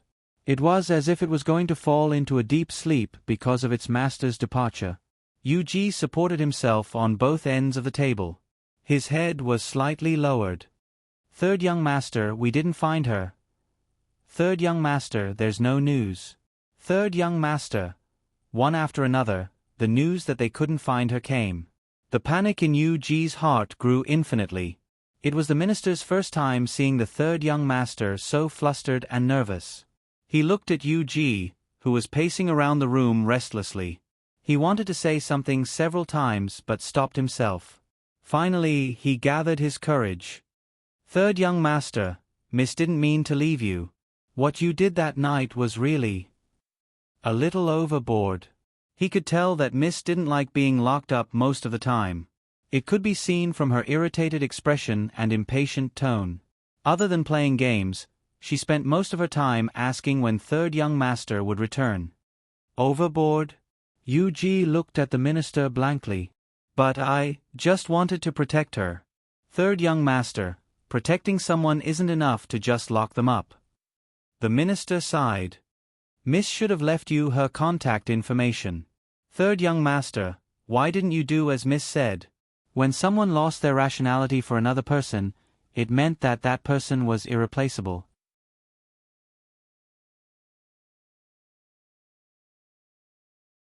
Chapter 1709. Shang wanted to find a place to stay, but she didn't even have an ID card. She could only rent a place for herself and make sure that Yuji's men couldn't find her. Only then could she go online with peace of mind. PM, Hua Fei Hua. Little girl, you actually ran away. PM, your grandfather, can't I? PM, Hua Fei Hua. Ha ha ha ha, sure. I've never seen Yuji like this before. She's very capable. At first, he thought that Yuji might want to raise her, but he never thought that this little girl would make Yuji not go to the company for a few days. She made everyone look for her, and even begged him for help. PM, your grandfather. If there's nothing else, Your Highness, please get lost. PM, Hua Fei Hua. Don't go overboard. I can see that Yuji cares a lot about you. It's okay for a girl to be willful, but it's unacceptable if she goes overboard. You're so smart, you should know the limits. PM, your grandfather. Who told you that I'm playing? If he keeps thinking that way, I'll never be with him. I'm not afraid of losing him because I know that I won't lose him. PM, Hua Fei Hua. How well do you know him? PM, your grandfather, at least more than you. PM, Hua Fei Hua. The third prince felt like Shang was spouting nonsense. He'd known Yuji since he was still in diapers. In this world, it could be said that he was the person who understood Yuji the best. How long has this lass only known Yuji? She actually said that she knew Yuji better than he did. Shang closed the chat and went to the arena to kill people to vent his anger. That idiot actually wanted to play in a dark room. Who the hell would want to play with him? If he wanted to play, I should be the one who locked him up. He actually wanted to lock himself up. He must have eaten a bear's heart and leopard's guts. World, Avenger.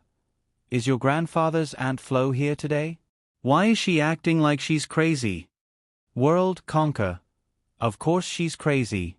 I was being chased by her. If she didn't kill it would be the end of the world. World, Daily Report. She hasn't been online for the past few days. Why is she acting crazy now? World, Tomboy. Aunt Flo. Women's Aunt Flo, you have to understand. World, be reasonable. Are all women like this when they are on their period? Damn, this is too scary. Hashtag your grandpa went missing mysteriously for a few days and then went crazy when he came back. Hashtag this post quickly became popular. Many players went to the arena to watch, but they were all killed. The arena seemed to have become her slaughterhouse. If it wasn't for the fact that she couldn't kill her own people, she would have killed her own people as well. Shang remained in the arena, ignoring everyone who called her. System. Congratulations to player your grandfather, for completing the arena achievement, Best of the Best, and obtaining Redbud Armor. World, Avenger. F*CK World Daily Broadcast. In the arena, who will fight me seems to have to kill 999 people in a row to achieve it, right? How long has she been in the arena? World, different paths of men and dogs. Guru, are you selling the redbud armor? World, in business. I want the redbud armor too. Guru, are you selling it? Sher Shang was forced out of the arena because she had killed too many people. There was actually such a setting in the game. What a weirdo. Complaints. Is it I's fault for having a lot of kills because of my skills? As soon as she went out, she was flooded with all kinds of messages. The most common one was that she wanted to buy the redbud armor. Something did jump out just now, but she didn't even look at it before throwing it into her bag. Sher Shang opened the bag. There was a set of redbud armor, and it was glowing in a different light. The redbud armor was for blade masters. It didn't match her class, so it was trash to her. PM. Alluring smile. Sister, you finally came out? Are you in a bad mood? PM. Your grandfather. Say something. PM. Alluring smile. Dungeon, do you want to come? PM. Your grandfather. Come. PM. Alluring smile. Let's go. The Ghost Cave dungeon was a dungeon that hadn't been cleared after so long. It was Sher Shang's first time. Waves intentionally left, and Blizzard No Return led the team. They had cleared the dungeon before, so it was very fast. Team, Blizzard No Return. Let's stop here. That boss, anyone who goes there will be instantly killed. Blizzard No Return felt that the boss wasn't normal. It couldn't be that everyone would be instantly killed. If that was the case, how could they play the game? Sher Shang looked at the boss and gave the redbud armor to Blizzard No Return. Team, your grandfather. Try it on. Team, Blizzard No Return. Team, Blizzard No Return. This will be automatically bound to you once you put it on. Team, your grandfather. Oh. Team, Blizzard No Return. Why are you oh? You can't return it if you put it on. Team, Alluring Smile. Blizzard Guild Master. You can buy it with money. This is a rare thing. Sister doesn't even care about it, so why are you being so hesitant? Team, Blizzard No Return. He was worried that this kid would cause trouble for him after her period was over. This was the redbud armor. It wasn't a normal piece of equipment. In the end, Blizzard No Return put it on and rushed to the boss. He thought that he would be instantly killed, but in reality, he was stripped naked and thrown into the dungeon. Team. What was going on? Blizzard No Return was confused. Why did they strip him of his equipment? The team discussed for a long time and finally came to a conclusion. Bribe. They didn't need to fight this level.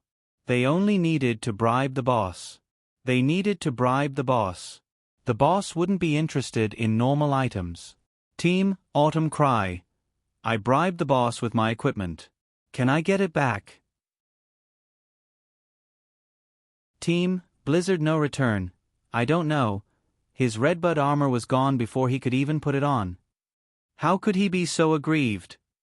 It wasn't easy for them to find a way to clear the game. Even if their hearts ached, they still had to give it to her. Everyone left, except for Sher Shang. Team, Blizzard No Return. Your grandfather, why don't you come over? Team, your grandfather. The most valuable item I have is the redbud armor. I'm very poor. She was basically killing people and being killed. She didn't have any equipment or items on her. The team was silent. They thought that she was rich to be so generous with the redbud armor. But she didn't even have anything to bribe the boss. Flips table. How could there be such a poor almighty? In the end, everyone gathered a set of equipment. Sher Shang put it on and passed through the boss. Just as she passed, the boss suddenly roared and attacked them. A few words floated above the boss' head. Do you think I'll be fooled by you? Petty tricks. Give me your life. Team. Sher Shang was confused. Which idiot came up with this plot? They already took the equipment. Why would they dare to cheat them more if they wanted to prove their innocence? Unprepared, the group died and returned to the outside of the dungeon. The equipment that they gave out magically returned to their inventory. Everyone heaved a sigh of relief. If the boss took the equipment, they would cry to death. World Daily Broadcast. The boss won round 49 of the Ghost Cave dungeon.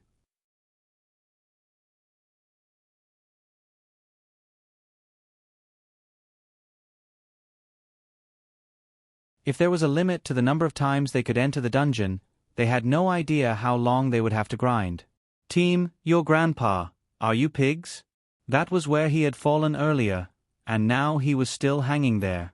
Shi Shang looked at her useless teammate who was lying in the same spot as her and felt hopeless. She controlled her character to jump to the side, but in the next second, her character fell to the ground and could not get up. Shi Shang typed calmly, Team, your grandpa. Accident. Team Qiuming. Team Blizzard no return. Team Alluring Smile. Team. Shi Shang did not want to say how bad the dungeon was. Being wiped out was already a light punishment. They also had to be prepared for the unexpected negative buff from the boss. Once they were hit by the buff, the entire dungeon would be in for a good show. They had to jump over the broken bridge several times. In the end, Shi Shang summed up the experience and passed it safely. The last boss was right in front of them. Team, your grandpa. How many times do you want to die? Team Qiuming. 10 times. Team Alluring Smile. 15 times. This is the last boss. It will definitely be harder than the previous one. 15 times and you've thought about it? How naive. The last boss was a ghost. It was very fitting of the name of the Ghost Cave. It did not appear at the beginning. When Shi Shang and the others were almost done with the ghost, it appeared. Its HP was terrifying. Team wiped out. Team wiped out. Team wiped out. After the team wiped out, Shi Shang used practical actions to greet the game company's developers. All the developers' computers were hacked. Team Qiuming. What's wrong with the developers' brains? No matter how hard we try, we still fail. Is this dungeon a joke? Team Bon Voyage. This is a dungeon that requires a special account. The other servers are also trying their best. There's only one boss left. Let's work harder. Team Alluring Smile. We have a special account in our team. Everyone was confused. Your grandpa was here to fail. They failed and so did she. They did not see what was so special about the special account. Team Red Copper. I want to greet the developer's entire family. Team Your Grandpa. Picture. Picture. Picture. Team Alluring Smile. What's this? Team Your Grandpa. I helped you greet the developer's entire family. Team Red Copper. Team Blizzard No Return. Team Bon Voyage. Hacking other people's computers without saying anything. Who are they with? Mom, there's a pervert here. It's so scary. Team Alluring Smile. You hacked the developers' computers? Did you find out how to clear the dungeon? Team Your Grandpa. What do you mean by hacking? I'm just greeting them. Team Alluring Smile. So did you find a way to clear the dungeon or not? Obviously, Shi Shang did not find it. She did not even think about finding a way to clear the dungeon from the developers.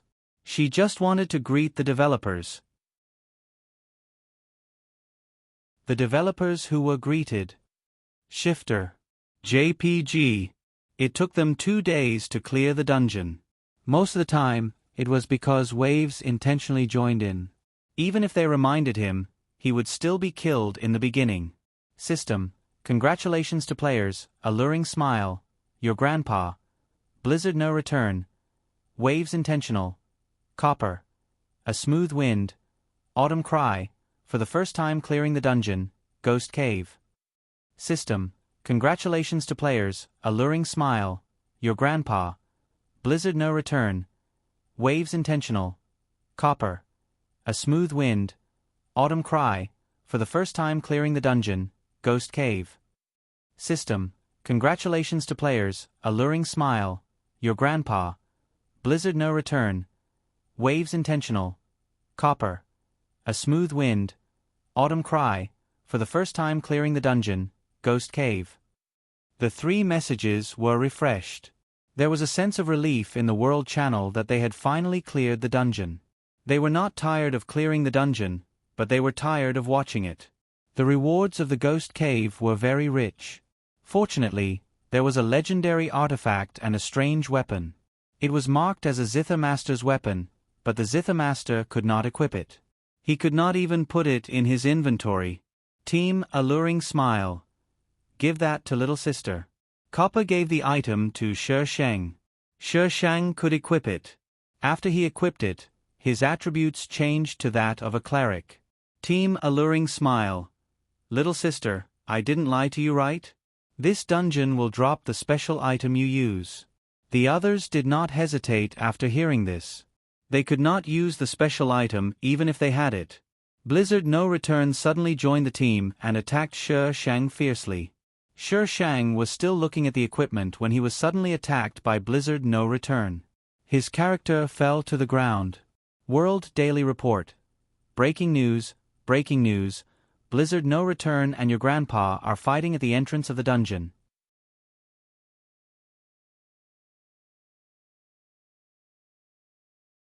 Chapter 17:11. Because of the announcement, everyone in the World Channel came to watch the show. The dungeon, which was originally empty, was instantly crowded. Nearby, intentional spray. Blizzard, why did you attack her? Nearby, Red Copper. Guild Master, did someone hack your account? Nearby, Charming Smile. What do you mean, Blizzard? Blizzard was added back to the team. Team Blizzard. I was just trying to see if her special path had any special abilities. Why are you guys so nervous? Team Intentional Spray. Team Charming Smile. Team Your Uncle. So the result? Team Blizzard without return. Level dropped. Killing her didn't drop a level before, but killing her just now dropped a level again. The team members revived Shi Sheng. Before Shi Sheng could do anything, a bunch of skills fell from the sky and exploded in the middle of them. Then, many players rushed over and started attacking without saying a word. The most eye-catching one was Clear Moonlight. Team Charming Smile. Damn, they're here for the loot. Team Red Copper. I'll call for help. Team Your Uncle. Then let them kill her. Killing her would drop a level anyway. Now that most of them were maxed out, even if the bottom line was still level 5, it was enough to make them feel bad. Shi Sheng had been killed by almost everyone in the server, so they thought that they wouldn't drop a level again. Who knew that they would drop a level as soon as they went up? The tragedy repeated itself. Countless players cried out for their levels to drop. World Fairy Firefly. Damn it, did you cheat again? World Happy Event. Does the game company still care about this? She blatantly cheated and you guys didn't even react. How are we going to play this game? World Rong N. The game company has to give us an explanation. Why did we drop a level again after killing her? Now that everyone's level was so high, they would fall behind when they leveled up again. World Your Uncle. There's a price to pay for killing me. World Fairy Firefly. GM, come out. I know you guys are here. Aren't you going to explain? World Soy Milk and Youtiao. Onlookers. World Baby Floral Water. If you don't give me an explanation today, I'll go to your company. What kind of F** king game is this? World Toxic Perfume. That's right. You have to give us an explanation. We're spending money to play this game, not for you to fool us. System. If you don't want to play, then scram. Silence. The entire server seemed to have quieted down. A system message floated on the screen at the top, looking at the players with a contemptuous attitude. The domineering aura could be felt without words. System messages were different from others. They could float for a long time. This was also the first time that Shi Sheng had seen such an arrogant game company. How dare they treat God like this? Were they looking for death? After the system said that sentence, the players were ejected offline before they could react. The server was under maintenance. Everyone swarmed to the forum and cursed inhumanely at the game company. After successfully taking over the forum turned off the posting function. The players from the other servers were dumbfounded. What was going on? Ever since that day, Jin Jong-chun had never been opened again. The gaming company was very capricious. If you wanted to play, then play. If you didn't want to play, then scram. In any case, they didn't lack money. Hashtag is the truth behind the closing of Jinjiang Spring Season Human Distortion or Moral Decay. Hashtag the culprit behind the closing of Jinjiang Spring Season is your grandpa. Hashtag a group of people who didn't know the truth as to your grandpa was. OP, your grandpa is your grandpa. Netizens, who is your grandpa? OP, I am your grandpa. Netizens, who is your grandpa? OP, huh. What should I do when I meet a game company that is even more capricious than me? What can I do? Of course, I'll choose to change servers. UG, on the other hand, was in trouble. Shi Shang had a disease called changing her name whenever she changed servers. With Spring servers shut down, even if UG knew Shi Shang was still playing Domain of Gods, it was still a bit difficult to find her among the 6 servers. Third young master. Recently, the minister had to think twice before speaking.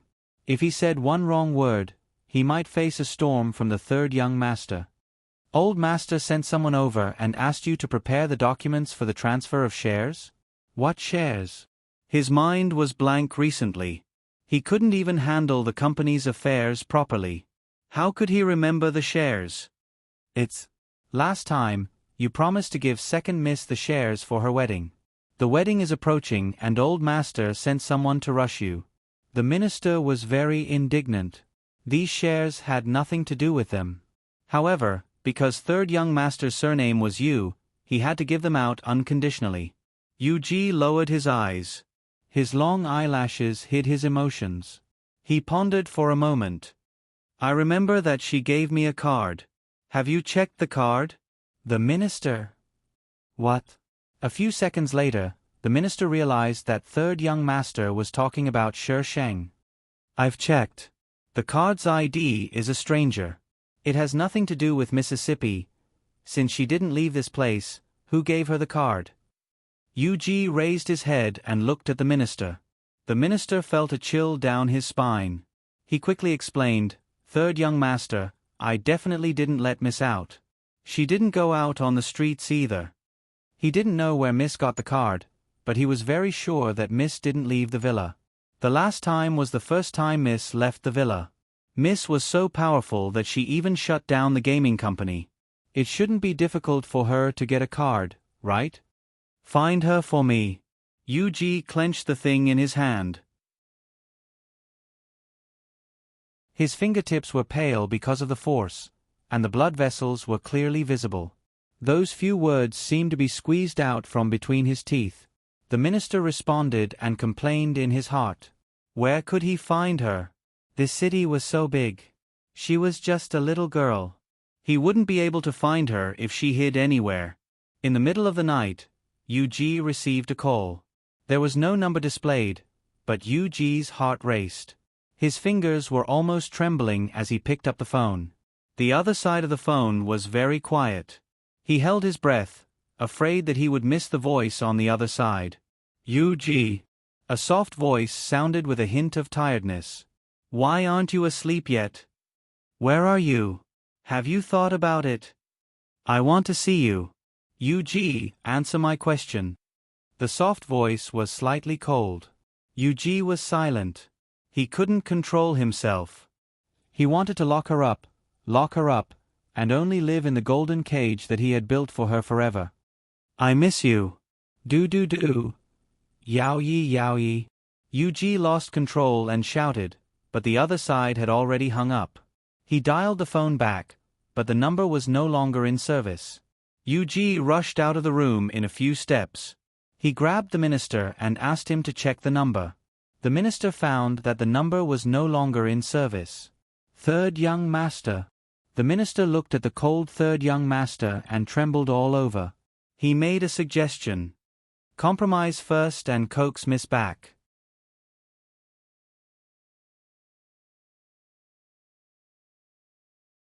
Chapter 17:12. Shi Shang was addicted to the game and would only call Yu Ji occasionally to ask if he had made up his mind. However, Yu Ji would never give her a direct answer. That man had pushed Feng Xi's stubbornness to the extreme and would not compromise with her so quickly. Shi Shang sighed. If this was the content of the test, she could only take him to death with her. Ding. Private chat. Xiao xiao xiao. Miss, I ran away from home. Private chat. I have a special way to fight monsters. Oh. Private chat. Xiao xiao xiao. I say, big sister, your reaction is too abnormal. You should at least ask me why I want to run away from home and advise me not to mess around. This is a normal reaction. Private chat. I have a special way to fight monsters. I'm not a normal person. Private chat. Xiao xiao xiao. Okay, let me tell you. My family even arranged a marriage for me. What era is it now? They still do such things. I must run away from home. 3 Xiao was the female lead. Previously, when Shi Shang spoke on the forum, 3 Xiao privately messaged her and asked if she still wanted to play the game. Shi Shang said yes, so 3 Xiao followed Shi Shang to the current server. World Chen Xia, F***CK, I have a special way to fight monsters and you're stealing my monster again. Are you crazy? World. I have a special way to fight monsters, my hand slipped. World Xiao xiao xiao. I can prove that my hand slipped. My miss was talking to me just now and you brought the monster over yourself. You can't blame my miss. World Chen Xia, F***CK, you two bastards are in cahoots. You steal other people's monsters all day long. Shame on you. World. I have a special way to fight monsters, be reasonable. You sent the monster to me. If I don't do it, I'll be sorry. Besides, if you don't steal monsters, then what game are you playing? You might as well play a single-player game. I guarantee that no one will steal your monsters. World, Ripe Cherry, I have a special way to fight monsters.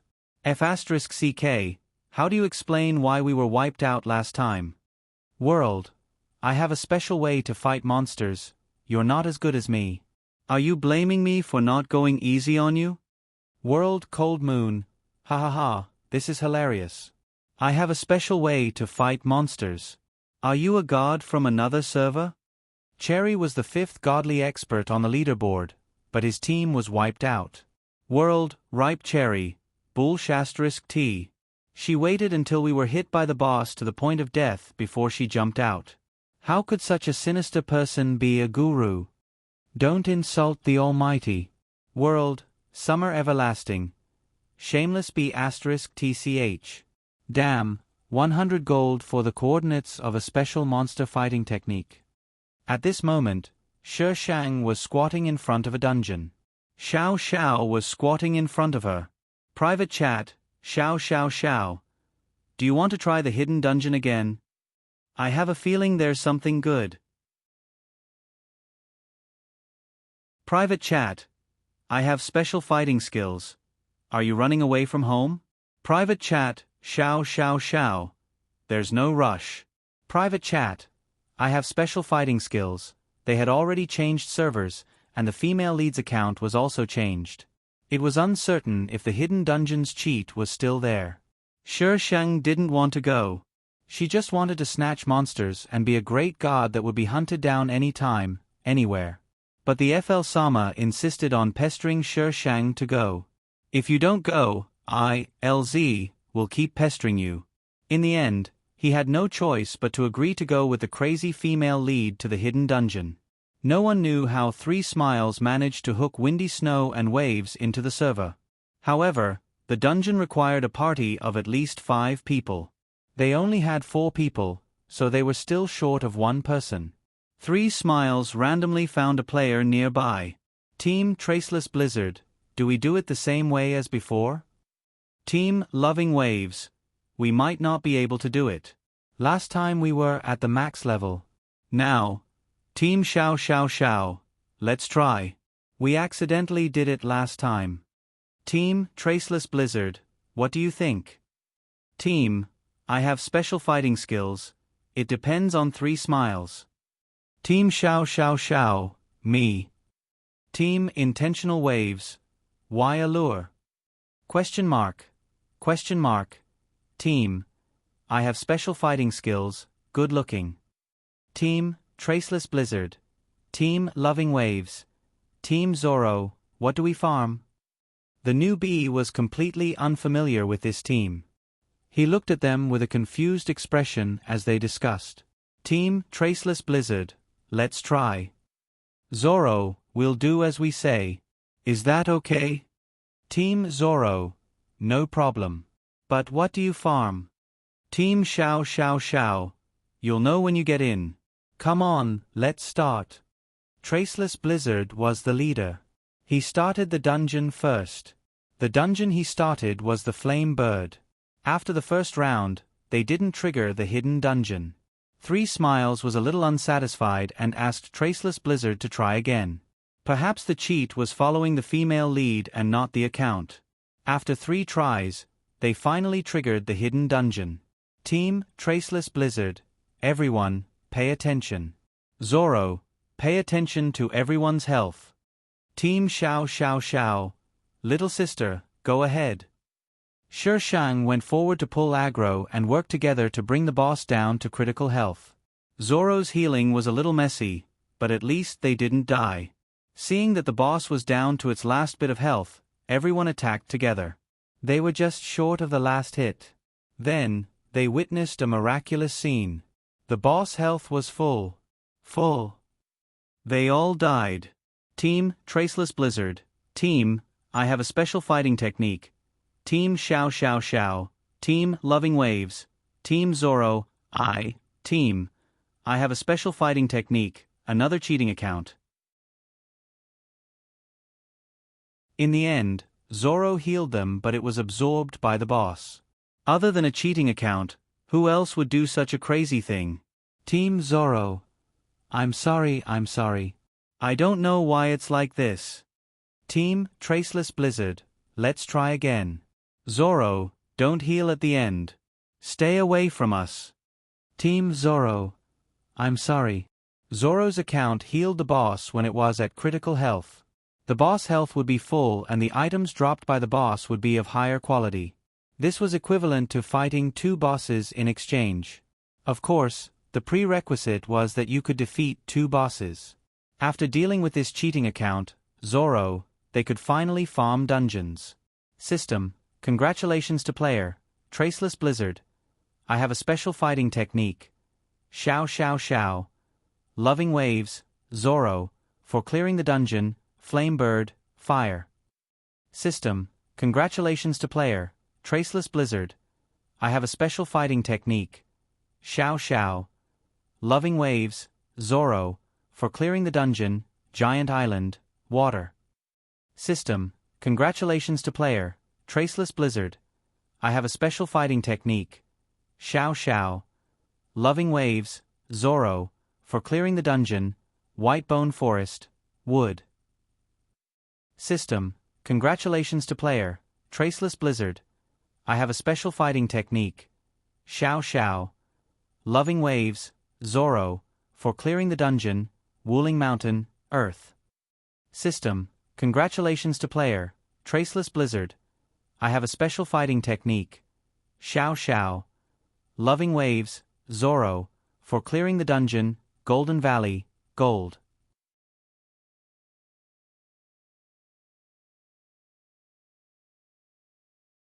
Chapter 1713. World, Summer, what? World, I have a bold idea. Why do I feel that these people are so? World, you're poisonous. Are you from Spring of Jinjiang too? World, Cherry Red. Why haven't we cleared those dungeons before? World Daily Broadcast. Ha ha ha ha, I knew it was them. Hello Master, are you going to shut this server down too? World, I have special fighting skills. I'm not that kind of person. Don't blame me for shutting down the server. It's the game company's willfulness. It has nothing to do with me. World, you're poisonous. It's really you. You scared me to tears. System. The server will be under maintenance in half an hour. Please go offline in time to avoid data loss. World. Didn't we just do maintenance yesterday? Why is it being maintained again? World. Rose Lady. Are you stupid? There must be something wrong with those dungeons. Maybe they need to open a new map or add something. They didn't get much from the 5 dungeons, but their experience increased by a lot. There was also a token with the word City on it. Team, Traceless Blizzard. I remember that the Divine Dominion doesn't have a city war system. What's this token for? Most games had a city war system, but the Divine Dominion didn't have a city war system. Team Xiao Xiao Xiao. You'll know when the update is released. Team Xiao Xiao Xiao. Miss, give me your contact. Team, I have special fighting skills. What are you doing? I don't do lesbians. Team Xiao Xiao Xiao. I'm afraid that you'll shut down this server too. I'll have to go to the forum to find people. Team, I have special fighting skills. I already said that shutting down the server has nothing to do with I. It's the game company's willfulness. Shi Shang gave her the contact of a chat app and went offline. Gu Xiao, Miss X, what's up? Gu Xiao. Ha, nothing. I'll see if it's you. I'm running away from home. See you tonight. X. Crazy female lead. Shi Shang went out for a meal and checked on Yu Ji's situation. When he came back, it was already 8 o'clock in the evening. When he went online, he saw that the world was full of discussions. Compared to before, there was an additional 5-element city. Looking at the map, 5-element city was still a main city. All the players gathered outside 5-element city. The city gates were closed. No one could enter. World, Ripe Cherry. Is this city for us to see? World. Aha.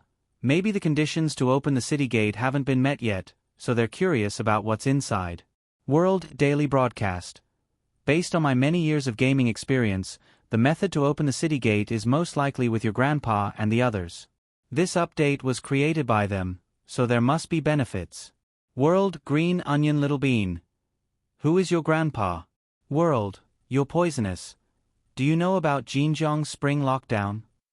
World Cold Blood. I know. Many players said that they knew about it. That post was very popular. World, you're so toxic, your grandpa is her name.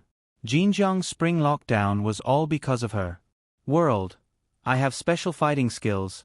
Can you not slander me in front of the main character? World, you're poisonous. I didn't say anything wrong. The people in the post all said that it was because of you that they shut down. Shi Shang, F***CK the game company, why should I be the scapegoat? Let's shut down this server as well. In any case, he was guilty of this crime. If he didn't prove it, how could he be worthy of this crime? The people in the game company were driven crazy. Host, you're too scary. Some players didn't like to go to the forum, so they all went to the World Channel to find out what was going on. Thus, Shi Shang, who was already famous for stealing bosses, became popular again. Private. Traceless Blizzard. Come to the city gate? I'll try that token. Private. I have special fighting skills. Okay. Shi Shang teleported to the vicinity of Wuxing City and squeezed into the crowd. Traceless Snowstorm and Intentional Waves were both present. By the time Shi Shang arrived, 3 Smiles had also hurried over. Traceless Blizzard took out the token. There was no place to place the token on the city gate. How could he use it? The people beside him kept coming up with ideas. There were all kinds of weird ideas. The wisdom of the masses was infinite. In the end, it was Zoro who pointed at the flag outside the city gate. The flag had the same pattern as the token, but now the flag was dull and still.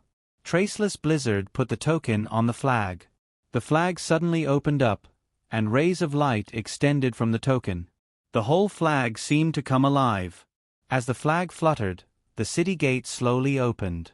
An antique street appeared in front of everyone. System. Welcome to Wuxing City. Here, players can find their own classes and improve their strength. World muttering. What is this? World. The wolf is coming, I don't know. It looks like a class change. But the Divine Dominion didn't say anything about class change. World, Cherry is coming. It's normal to have class change. The Divine Dominion only has 5 classes. It's too monotonous for such a big game frame. World Daily Broadcast. But we played with such monotonous classes for a year and only found out that we can change classes? And we're having fun with it? World. The World Channel was speechless. The game company really knew how to play. Wuxing City did allow players to change classes. The number of characters increased from 5 to 10. After changing classes, players would receive attributes such as metal and fire attributes. The attributes received were random. It wasn't limited to the class. Because Shishang's team was the team that triggered this update, they received 2 chances to change classes. In other words, they could have the skills of 2 classes at the same time. After most players changed classes, the map began to be updated. More advanced gameplay was available. In the official words of the Divine Dominion, the journey had just begun. The players. Damn it. They played for a year for nothing. The key was that they were still having fun. When other servers heard that they could change classes, they all asked how to refresh Wuxing City. However, only Shishang's team knew the strategy. The others only knew that they had to clear 5 dungeons. But no one knew how to trigger the dungeons or how to clear them. Therefore, Shishang's team was almost drowned by people from other servers who came to ask for information. It was annoying to be harassed too much. People popped up to ask questions when they were fighting monsters. People also popped up to ask questions when they were chatting. In the end, Wave Flower deliberately asked for everyone's opinion. He wrote a strategy and sold it at a high price. Nearby, monster in front. Is that you? A sentence suddenly popped up in front of Shishang. This name was very familiar. It was the brother of the 3rd prince who wasn't his biological brother. Nearby, I have special fighting skills. What's the matter? A monster in front of him requested to add Shishang as a friend. Shishang thought about it and agreed. Private monster in front. Why did you leave brother you? Private. I have special fighting skills. That's my business. Private monster in front. You should go and see brother you. He's not good now. Private. I have special fighting skills. Who asked you to come? Private. Monster in front. No one. I just don't want to see brother you like that. He's already different from the brother you in my heart. Private. I have special fighting skills. There are some things you don't understand. Shishang slammed the computer shut and flipped the things on the table in annoyance.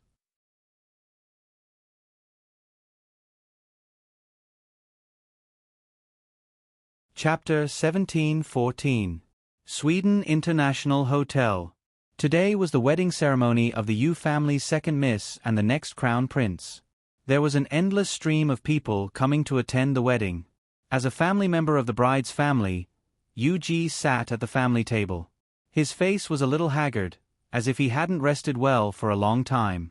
Let's welcome the bride. Clap, clap, clap. The bride walked on the red carpet surrounded by flower girls. Yu Ji was in a trance.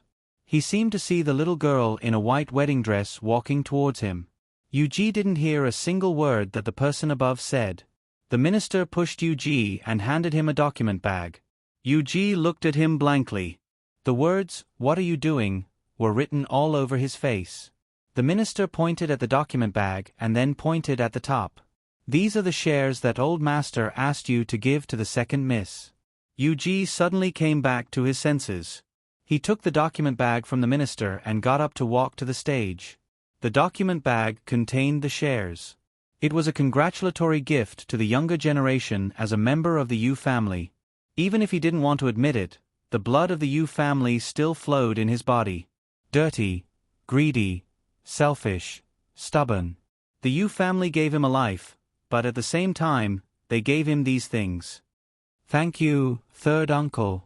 The bride smiled sweetly and took the document bag. Yu Ji watched expressionlessly. When the bride handed the document bag to the person next to her, He suddenly snatched it from behind and turned to face the audience. Yuji, what are you doing? Old master, Yu shouted angrily. Yuji tore the document bag into pieces. From now on, I, Yuji, have nothing to do with the Yu family. He wanted to draw a clear line with them. He wanted to abandon those things and find what belonged to him, the person who belonged to him. Yuji threw away the shredded paper. The snow-white pieces of paper scattered in the air. He walked out of the lobby under the incredulous gaze of a group of people. The minister gritted his teeth on the spot. In the end, he had no choice but to follow Yuji. Yuji walked out of the hotel. The sunlight fell on him and seemed to bring warmth. In the scorching sunlight, there seemed to be a figure walking towards him. Yuji's breath suddenly stopped. He stared at the figure in a daze. The little girl walked up the stairs step by step.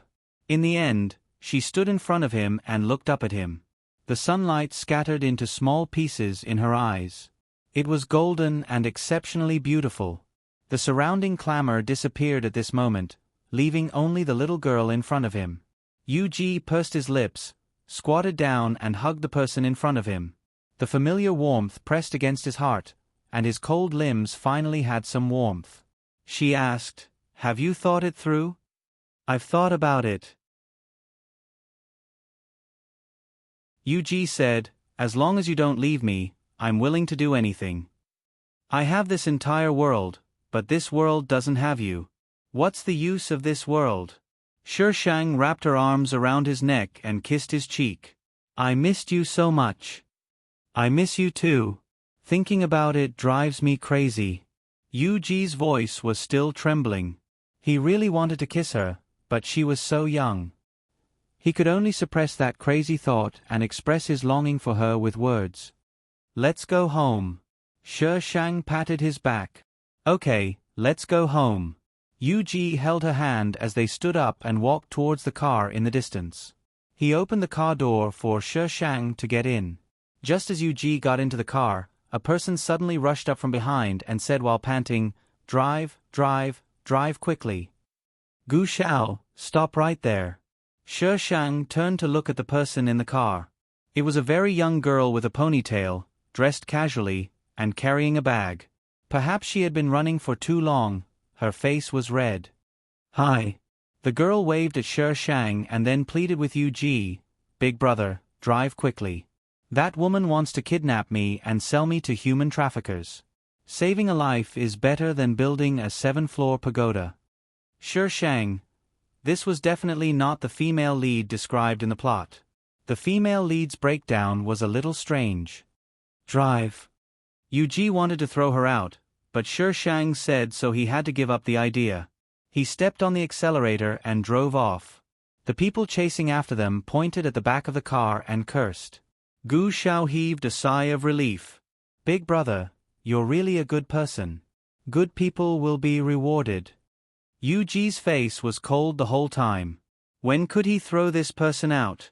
Gu Shao was a little funny. According to Shang's observation, she had not been reborn. The script given to her by Buttface was not accurate at all. "Host, you can't blame me. I've reminded you that the script is useless. Now, it's not only my master who can change the plot at will." Of course Shang understood. Based on how things were progressing, Zero had definitely tampered with the plot and forced Yao Hua to become the female lead. But Gu Shao was the female lead to begin with, so her halo was still there. So right now, there were only 2 female leads, Yao Hua and Gu Shao. Damn that retarded Zero. Gu Shao was running away from the blind date and was caught by Mother Gu today. It was as if she was running for her life. "Little girl, is he your brother?" Gu Shao poked Shang. "No." Shang slapped her hand away. "Then who is he to you? Why do I feel like he's going to drag me to be dissected?" "You guys." Gu Zhao's expression became strange. "Don't tell me he's the one in the news who specializes in deceiving beautiful young girls? Let me tell you, I just fell out of love and I'm very sad. He cheated on me and even said that I was seducing an old man. How could I have been so blind to fall in love with such a person? Shang, someone come drag this crazy female lead away. I'm your uncle. My uncle died a long time ago. You don't have to do this, even if you want to deceive me. Also, can you please change to a girl? You should have some professionalism even if you want to deceive me. Gu Xiao said as she reached for her phone. She was going to call the police. The domain of the gods, your uncle. Gu Xiao, who had just pressed the button, was stunned. Your uncle? Shang's face was cold. That's impossible, ha ha ha. Gu Xiao laughed and shook her head. Her hand holding the phone became more alert. How can your uncle be a child? Have you been investigating me for a long time? You've been preparing to kidnap me. My family has no money. Even if they had money, they wouldn't use it to ransom me. Shang took out his phone and logged into the chatting app. Then, he showed her. Gu Xiao felt as if she had been struck by lightning. She had an expression that said, I must be dreaming today. How could such an awesome game be played by a child? Did he graduate from primary school? Weren't primary school students nowadays all bad at playing? Why would he be compared to you? No matter what, she didn't believe it. However, the glaring chat history told her that this was her uncle. This world was too crazy. Since Gu Xiao didn't believe it, Shang took Yuji's work computer and his own computer to play a game with Gu Xiao. Thus, Gu Xiao had no choice but to believe it. The girl she had been calling Miss for so long was actually a primary school student. Haha, let me play a game to calm down. Yuji looked at the two of them, one adult and one child, who were addicted to the game. Why didn't he throw this complete stranger out?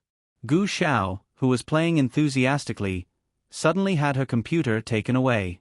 Yuji stood at the car door. Get out. Gu Xiao. So fierce. Gu Xiao looked at her small arms and legs.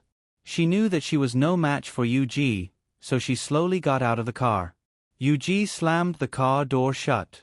While he was going back, Gu Xiao leaned against the car window. Who is he? Why is he so fierce? That's scary. Are you being abused? Shang rolled down the car window. My boyfriend. Gu Xiao's eyes widened. When the car left, Gu Xiao suddenly shouted, primary school students are not allowed to have puppy love, but he's quite handsome.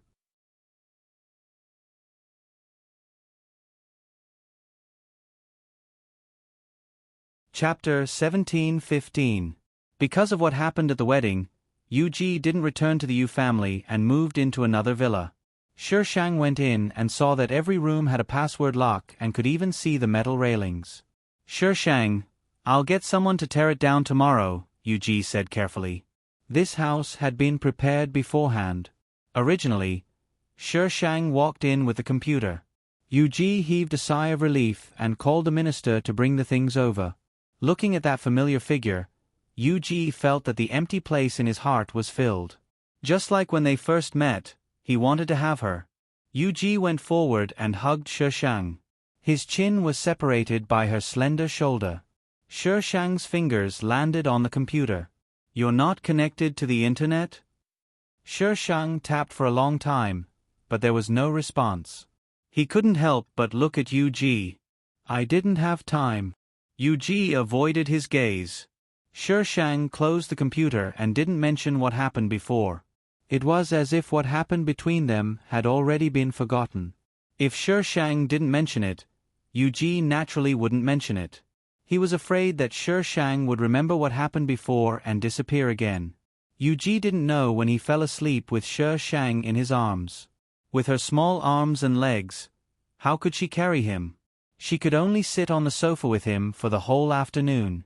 Perhaps it was because he hadn't rested well for a long time, but Yuji's face was haggard and tired. Shang was bored and took pictures with his phone in various poses. Yuji slept until night time. Shang leaned against the sofa and played with his phone. Yuji sat up and directly encircled Shang between his chest and the sofa. Shang looked up at him. Yuji was thinking about something and looked at her with a heavy gaze. Are you confused? Want to lock me up again? Yuji suddenly reached out and hugged her. I was afraid that it was just a dream. You don't exist at all. Everything was my delusion. Fortunately, you're here. My legs are numb. Shishang squeezed out 2 words with difficulty. Yuji, he said it so affectionately, but she said that her legs were numb. Yuji pinched her legs and soothed her blood. Do you feel uncomfortable? Do you want to go to the hospital? What's the big deal? Do you think the hospital is owned by your family? Shishang rolled his eyes. Be gentle. It hurts. Yuji relaxed his strength and rubbed for a long time. Then, he supported himself on the Shishang and got off the bed. The Shishang tried to walk and finally felt better. Don't think that letting your beloved sleep on your lap is a very happy thing. If you let him sleep for a while longer, you will know what it means to be in so much pain that you wish you were dead. Shishang asked Yuji to quickly connect to the internet. Yuji dilly-dallied for a few days before he was able to connect to the internet. After connecting to the internet, Yuji felt that his wife was addicted to games all day long and ignored him. Yuji wanted to sever his ties with the Yu family and caused quite a ruckus. The Yu family shamelessly proposed to use 50% of the assets under Yuji's name as a transaction. Otherwise, his name could forget about disappearing from the Yu family's household register. Yuji's current assets had nothing to do with the Yu family, but this group of shameless people actually wanted to take half of his assets and even wanted cash. If Yuji really gave the money to them, the assets under Yuji's name would also be affected. The Yu family was pushing the boat with the current, and it was very likely that everything Yuji had would be destroyed. When Shishang heard this news, his first reaction was to take out his sword and cut down this group of shameless people. However, the third prince stopped him and said that this was Yuji's own business and that he should make the decision himself. Shishang angrily threw away the iron sword and became addicted to games. The third prince was embarrassed. In the end, he also became addicted to games like Shishang and hooked up with his cute 7th brother. In the game, Gu Shao kept nagging him about how puppy love was bad and how puppy love was bad for the body and mind. He was so worried that his heart was about to break. In the end, for some reason, Feng Shui started to chase after Gu Shao. Only then did Shishang become quiet. Little girl, come to the company quickly. The third prince seemed to be very noisy. What's wrong? Shishang got up to change his clothes. Did something happen to Yuji? Come here quickly. The third prince didn't elaborate, but Shishang heard screams from the other side. Shishang rushed to the company. The company had already been cordoned off by the police. Shishang went up through the employees' passageway at the back and went all the way to Yuji's office. Shishang saw the floor covered in blood. He frowned and sped up to Yuji's office. The employees on this floor had already been dispersed. Only the police, the third prince's men, and a group of strangers were left. Shishang squeezed into the office. The third prince looked as if he had seen his savior and pulled Shishang into the room next door. Quickly calm him down. I'll deal with the situation outside. Yuji sat on a chair in the room. His hands were covered in blood and were dripping onto the floor. When Shishang came in, he subconsciously hid behind him. Shishang went to the bathroom and came out with a towel. He squatted down beside him and wiped the blood off his hands.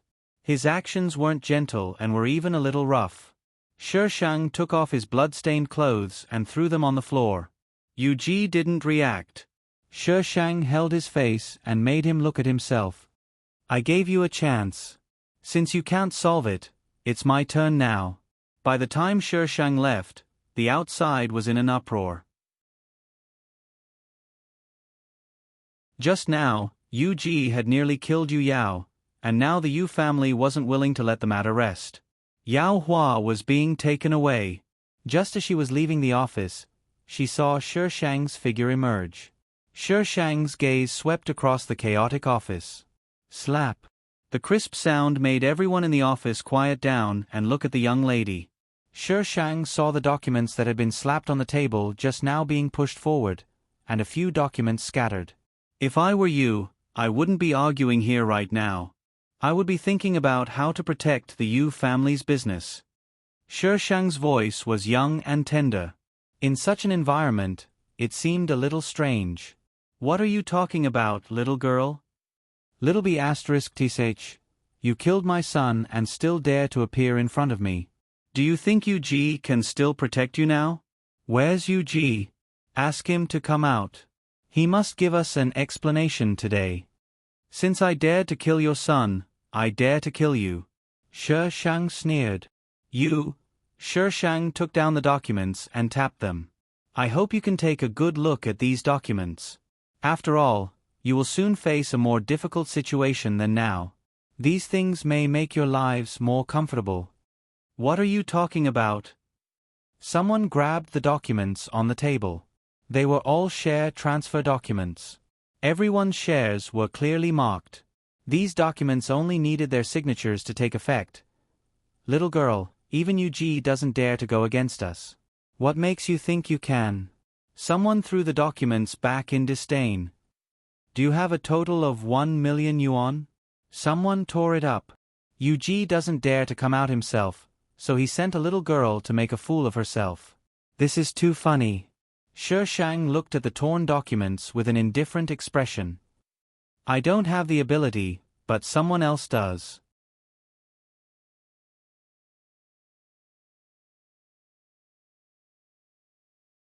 Chapter 17-16. The Yu family was confused. Who had the ability to do that? Ring, ring, ring. Everyone's cell phones rang at the same time. They looked at each other and turned to answer the phone. What? All the liquid funds are gone? Are you sure? All the liquid funds were gone, as if they had disappeared into thin air. Everyone's eyes fell on Shi Shang at the same time. The latter just smiled. She didn't do anything just now. How could such a child do such a thing? But who else could it be other than her? She had just said those words, and they received such news. Are you surprised? Shi Shang asked with a smile. Everyone. Surprise my foot. You're breaking the law. Someone said angrily, the police are outside. Since I dared to do it, I'm confident that the police can't catch me. Shi Shang smiled and said arrogantly, even if they catch me, it's no big deal. At most, I'll just break out of prison. Everyone, now please leave. Shi Shang's face suddenly turned cold and changed his attitude very quickly. You. Their company kept calling them. This group of people didn't know what was going on, so they left in a hurry. Soon, only Third Prince and the minister were left in the office. Little girl. Third Prince silently gave Shi Shang a thumbs up. You're not serious, are you? They started it. If they didn't force Yu, she wouldn't have done it. She just did this as a precaution.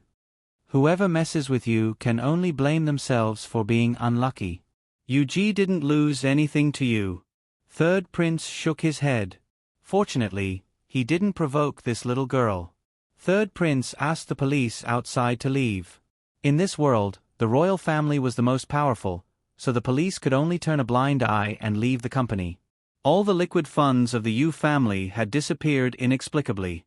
With so much liquid funds, where could they find so much money in such a short time? Without liquid funds, they would be in danger. Everyone in the Yu family pointed to Shi Shang as the culprit.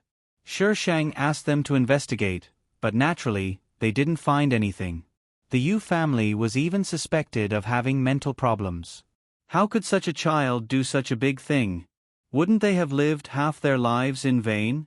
Minister Shongshu didn't know if the police had lived in vain, but he knew that he had lived in vain. Although he had seen this little lass kill people without batting an eyelid, who knew that she had such great ability to cut off all of the Yu family's liquid funds in an instant? Are all hackers so awesome? Then wouldn't their company be invincible with a few hackers? That's not right. Why start a company? Why not just get hackers to extort money from them? However, what Minister Shongshu didn't know was that it wasn't so easy to do this. First of all, Shi Shang came from the interstellar galaxy, and her computer skills were way ahead of these planes. Secondly, she could do it without being tracked at all. However, hackers nowadays had a few suspicious points that they couldn't find. The most important thing was that hackers also had hacker ethics. Most hackers studied their own technology instead of using their hacking skills to get money. Those who used their hacking skills to get money had a bad reputation in the circle. Hackers didn't want to interact with those people. As soon as the Yu family found liquid funds, they would be robbed by the Shang and returned to the Yu family. The only exception was if they took cash. However, who would still use cash in this day and age? How many trucks did they have to use to transport so much cash? In the end, these people were unwilling to borrow money anymore. After all, the money came back in a strange way. What if the other party took their money away? The Yu family was about to die from anger. Everyone knew that the Shang did it, but there was no evidence. What could they do to her? In the end, the third imperial prince also got involved. With Yu Ji as his backer, he successfully became Yu Ji's biggest shareholder. Although the Yu family still had some shares, they couldn't be compared to the third imperial prince. The third prince probably wanted to vent his anger on Yu Ji's behalf. It didn't take long for him to transfer his shares to the Yu family's rival company at a low price. Now, the two rival forces were fighting in the same company. The show was getting better and better. The third prince is quite rich. Shang wasn't lamenting the third prince's shamelessness. After all, she was more shameless than the third prince. My mother is rich. The third prince crossed his legs and bit an apple. It's enough for me to spend my whole life. So in this life, I want to eat, drink, and play. Find a little beauty and have a perfect life. Pig. Yu Ji said expressionlessly. That's still a pig with gold. The third prince didn't care. I don't want to work myself to death like you. Life has to be fun, right, little girl? Yes. Shang agreed with the third prince. If she had parents who planned everything for her, she would probably be in the same situation as the third prince. Unfortunately, there were no ifs. She was destined to walk on a different path from others. Yu Ji grabbed the third prince and threw him out of the door. Don't come here if you have nothing to do. You're so boring. At least I helped you, right? Burning the bridge after crossing the river. Yu Ji. F***ck, Yu Ji, how dare you slam the door on me? I'll remember you. The third prince shouted outside for a while and left angrily. Shang laughed and stole the boss. Yu Ji knew that he wasn't as fun as the game, so he indulged in the game with Shang. Since she couldn't change, he would let her change. The gaming company was really stubborn.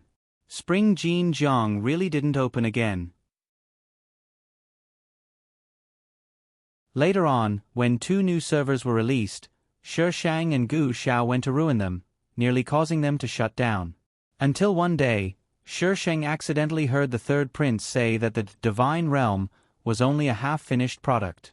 The real game was the holographic game that was still in development. Are you crazy? Why did you advertise a half-finished product? It was as if you wanted the whole world to know about it. Did you have too much money to burn? The third prince said that he was rich and capricious. Not to mention that he was rich and capricious, the Divine Realm was indeed profitable. Even a half-finished product could make the players so happy. It was enough to show how much of a scam the holographic game built on the Divine Realm would be after it was released. It wasn't scary to be scammed. It was scary to be scammed. One morning, Yu Ji woke up and found a pool of blood where his wife was sleeping.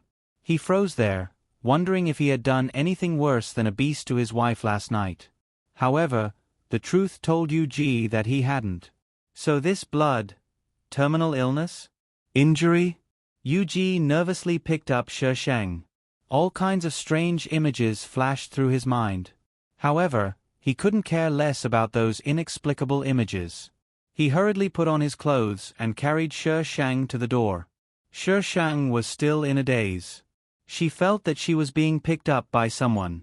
Cold air poured into her body. She subconsciously shrank into Yu Ji's arms.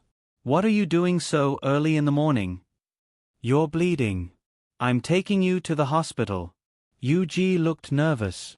Bleeding? Sheng blinked. Her stomach was a little uncomfortable. Sheng was silent for a while. I'm fine. We don't need to go to the hospital. But you?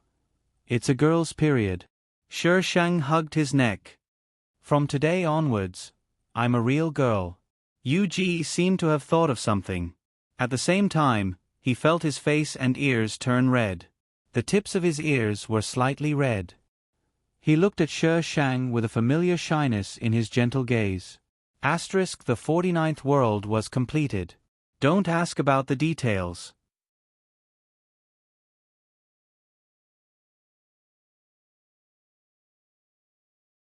Chapter 17:17. Everyone knew that 16 was a prison bully. Put out the fire. King put out the fire. Chaotic footsteps and angry roars could be heard from outside the sea of fire. Sheng clutched her sore neck as she stood up. Her vision was a sea of fire. Waves of heat rolled over her body, causing her skin to sizzle as it was being roasted. There were shadows outside. Sheng shook her head and walked out. Suddenly, her ankle sank and a scorched hand grabbed her. Save me. I can't even save myself. Save my ass. Let go. Sheng pulled her leg back and said through gritted teeth. The hot air entered her lungs through her mouth. She quickly closed her mouth and focused on pulling her leg. That pair of hands was a bit strong. Sheng had to expend a bit of effort to pull her leg out and drag her heavy footsteps out of the sea of flames. The people who were putting out the fire were surprised to see her out of the fire. They hurried to support her. Sheng found that these people were dressed strangely. Prison uniforms. They were actually wearing prison uniforms. F***CK. Sheng was taken to the side. Someone handed her a glass of water. Before she could take a sip, she was knocked to the ground. A burly woman stood in front of her. She was wearing a police uniform. Her hat was tilted to one side. Her eyebrows were furrowed as she placed her hands on her hips and roared, "Take her to the detention room." The prison guard behind her immediately came forward and dragged Sheng away. The people around her didn't dare to say a word and watched Sheng being taken away. Sheng needed a quiet environment to receive her memories.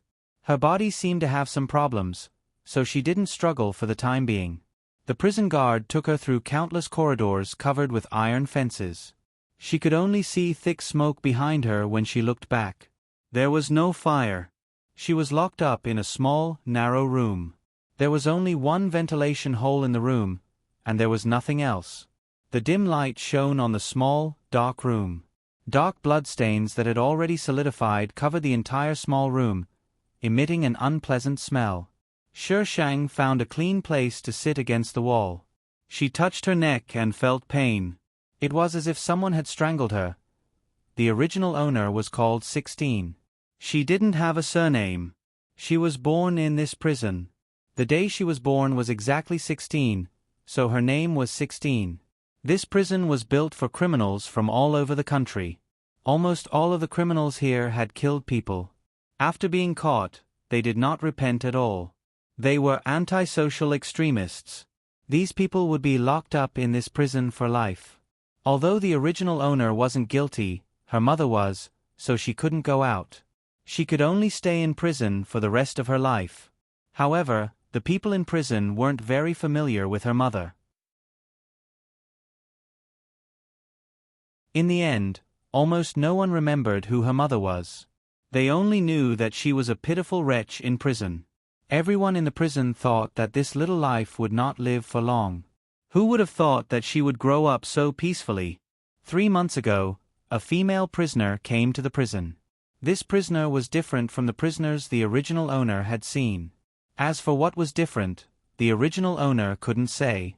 She just felt that this female prisoner gave her a very uncomfortable feeling.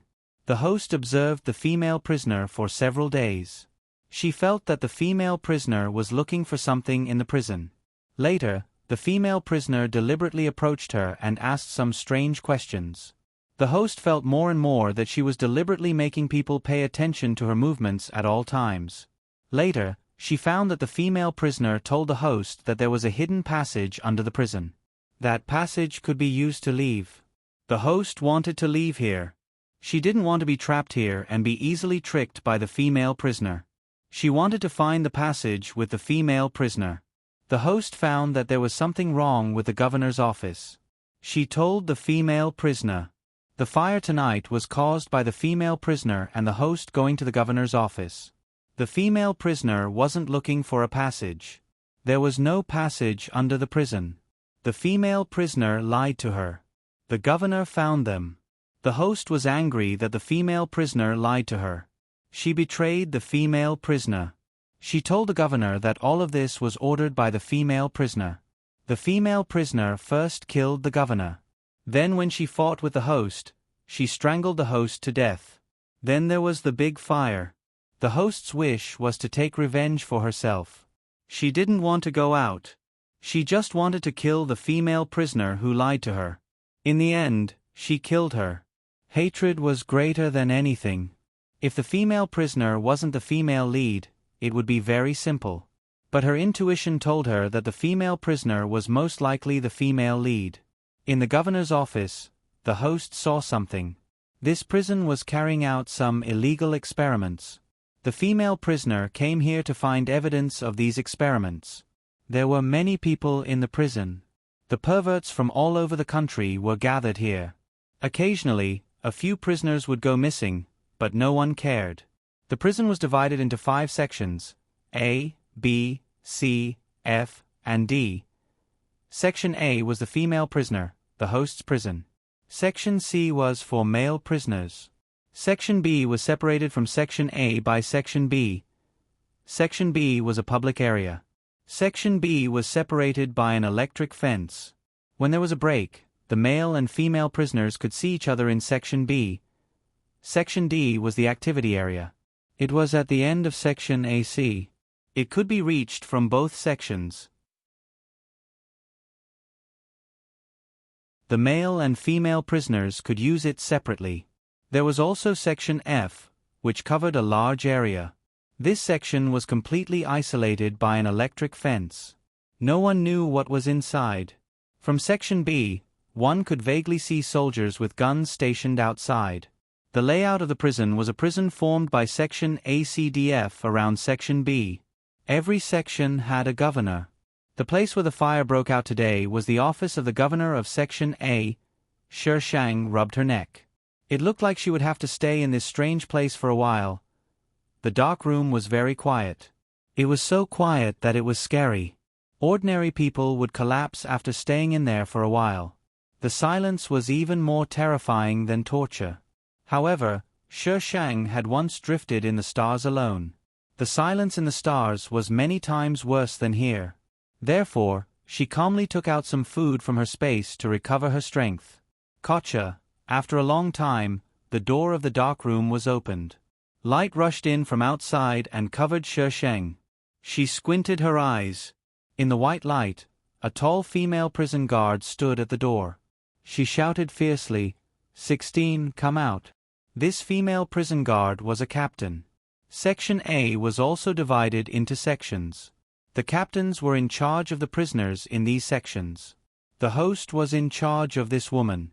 Shang stood up and walked towards the door. As soon as she reached the door, a prison guard wanted to hit her. Shang grabbed her hand and twisted it. The prison guard screamed, 16, are you trying to rebel? The captain waved her baton at Shang. The baton was electrified. Although it wouldn't kill her, it would be uncomfortable to be electrocuted. Shang avoided the captain's baton. She clipped the baton with the door behind her and kicked the captain in the stomach.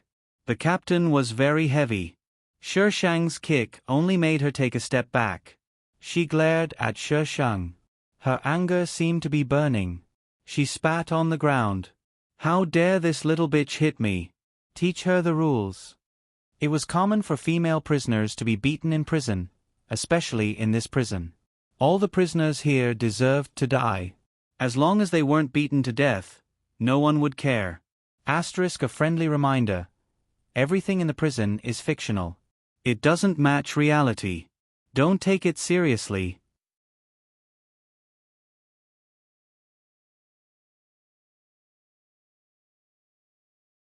Chapter 17-18. You want to teach me the rules? In a small dark room, several warning signs were piled up. A girl in a prison uniform was stepping on a fat woman, and the baton in her hand was pressed against the fat woman's chin. There was an imperceptible coldness in her voice. Do you know where the people who taught me the rules went? 16. The fat woman clenched her yellow teeth and cursed. How dare you lay a hand on me? I think you don't want to live anymore. You little bitch, let go of me, or you'll get it. The fat woman had always been at odds with the original owner. The reason was probably because the original owner was good-looking and had a good figure. As soon as she appeared in Zone B, the male prisoners in Zone C couldn't take their eyes off her. Then I'll wait and see what you'll get. Shang turned on the baton and pulled back his foot. The baton with electricity made contact with the fat woman.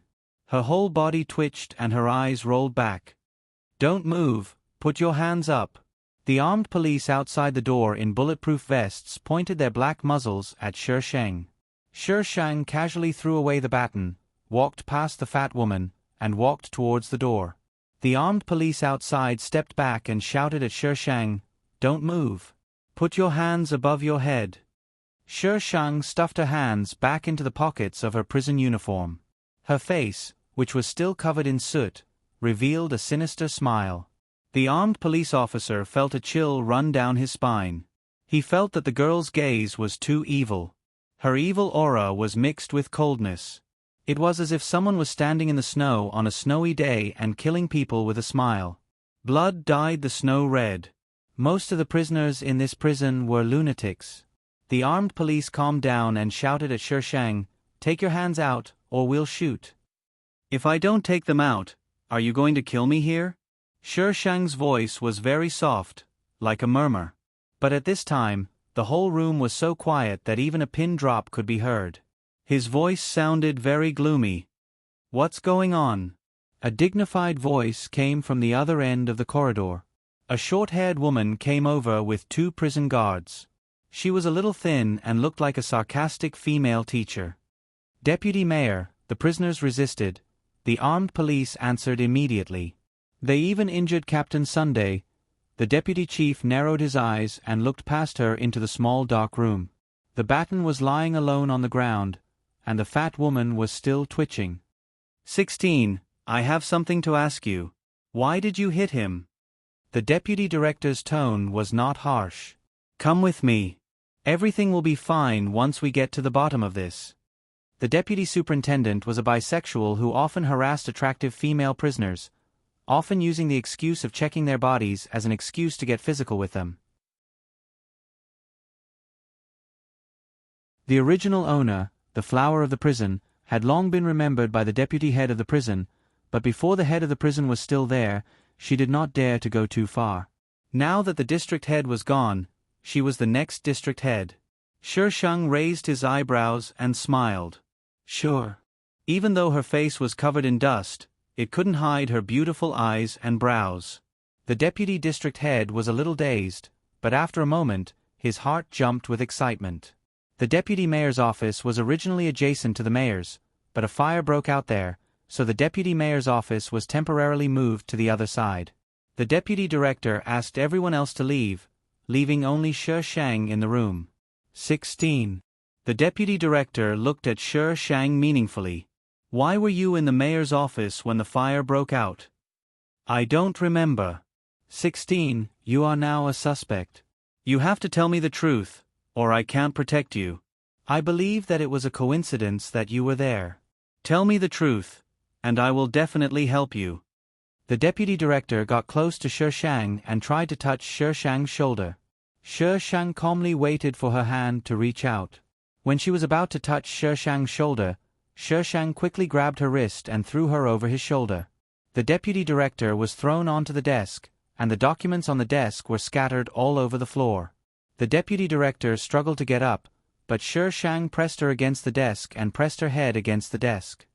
Deputy director, am I someone you can touch? 16. 16. What are you doing? The deputy director's voice changed because she was pressed against the desk. Let go of me. I am the deputy director. Do you know what the crime is for assaulting a deputy director? We can't get out of here anyway. It doesn't matter if we kill another person, Shishang said indifferently. These hands have never killed anyone before. Shishang raised his hands and looked at them. These hands had never killed anyone before. She grabbed the deputy director's neck and said coldly, "Why don't I try it on you?" The deputy director felt that it was not a hand that was strangling her neck, but a poisonous snake that was hissing and sticking out its scarlet tongue. 16. Calm down. The deputy director tried to calm Shishang down first. Shishang took out a rope from the space and tied the deputy director up. She threw the deputy director onto a chair and glanced at the door. As long as she shouted, the people outside could come in. Shishang sat down on the desk and played with a decoration on the desk. You can shout as much as you want. I lose if anyone comes in. The deputy director hesitated for a while, but still shouted at the top of her lungs, "Come in!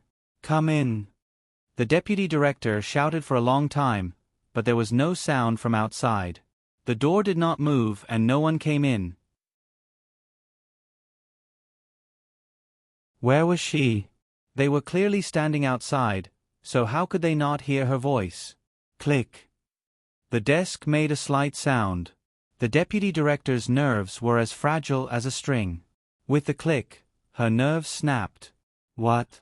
What do you want? The deputy director looked at Shishang with a trembling voice. Shishang grinned and showed his white teeth. Don't worry. I won't ask you to do anything too difficult.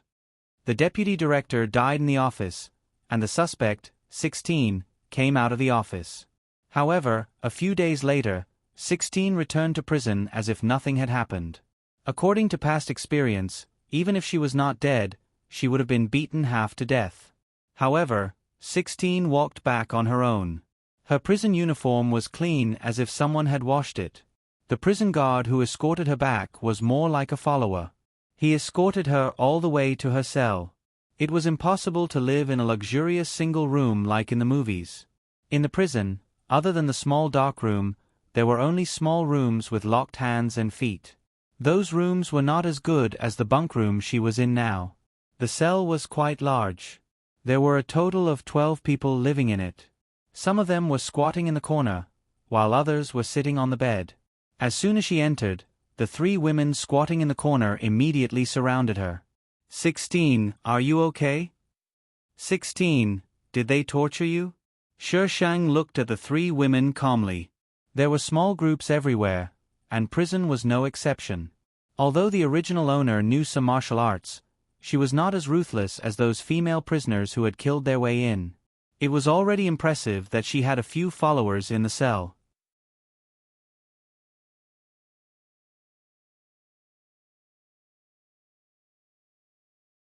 Chapter 17-19.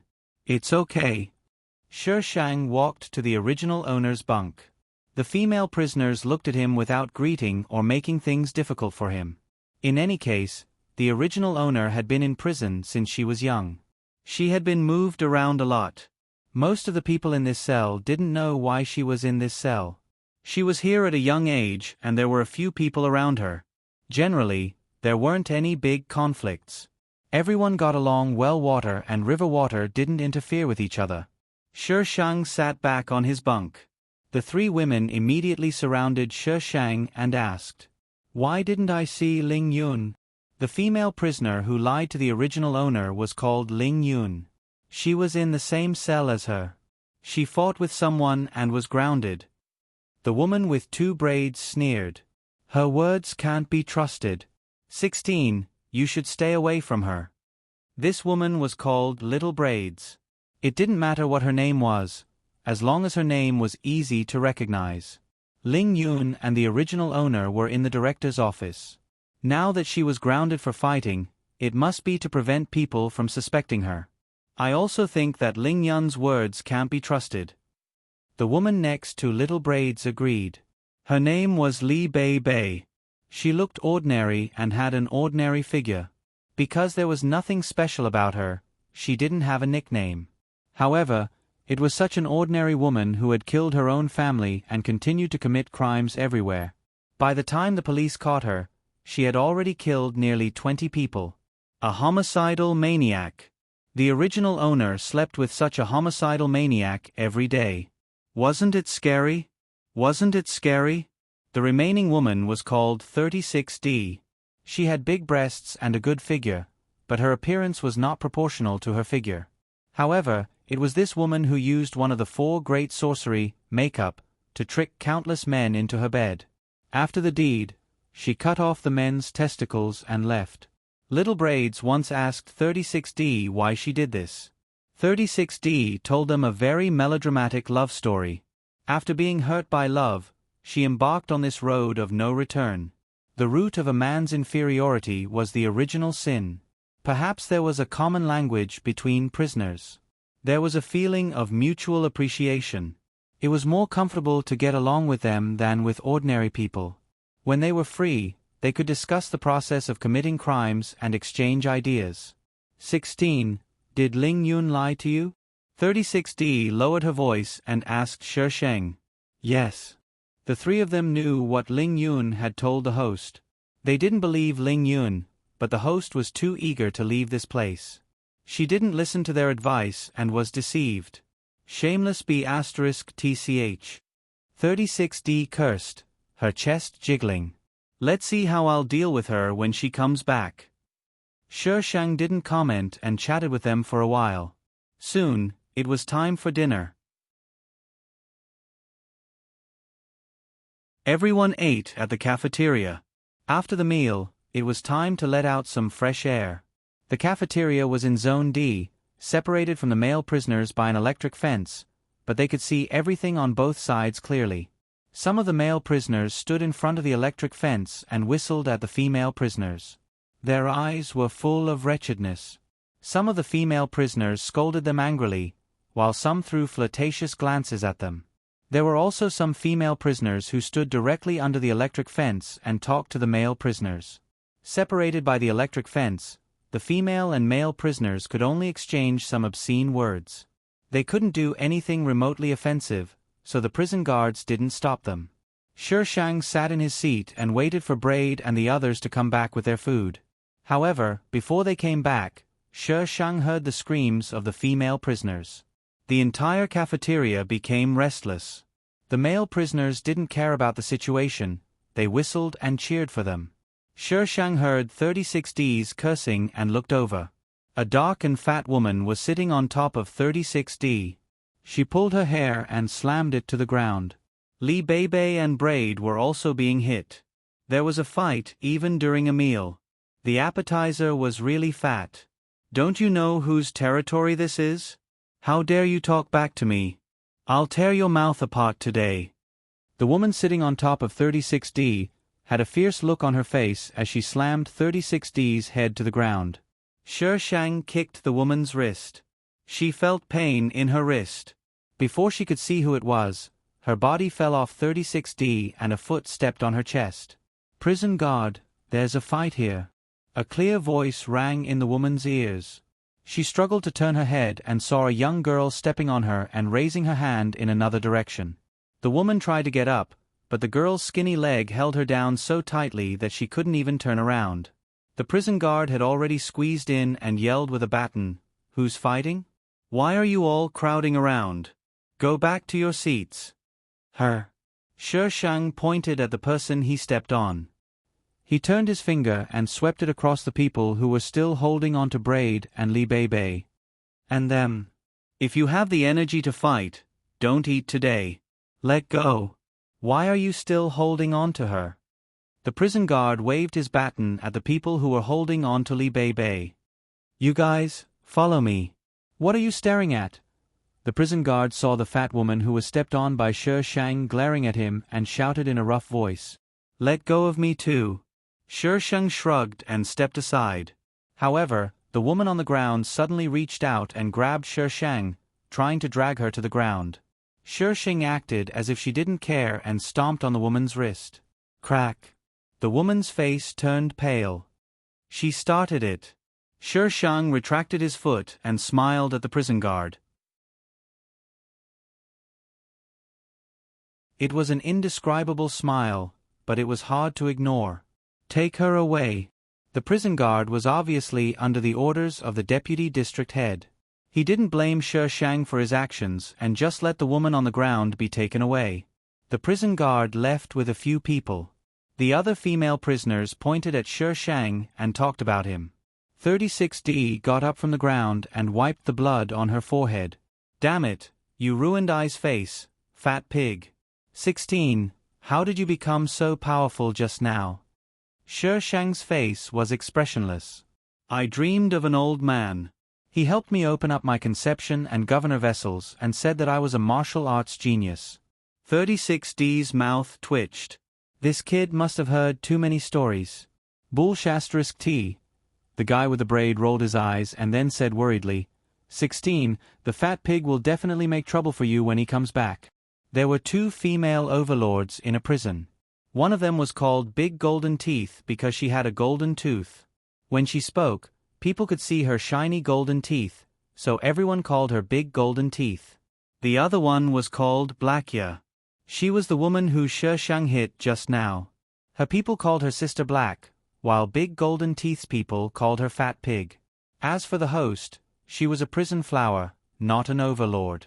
She lived between 2 overlords. What are you afraid of? Shi Shang didn't care.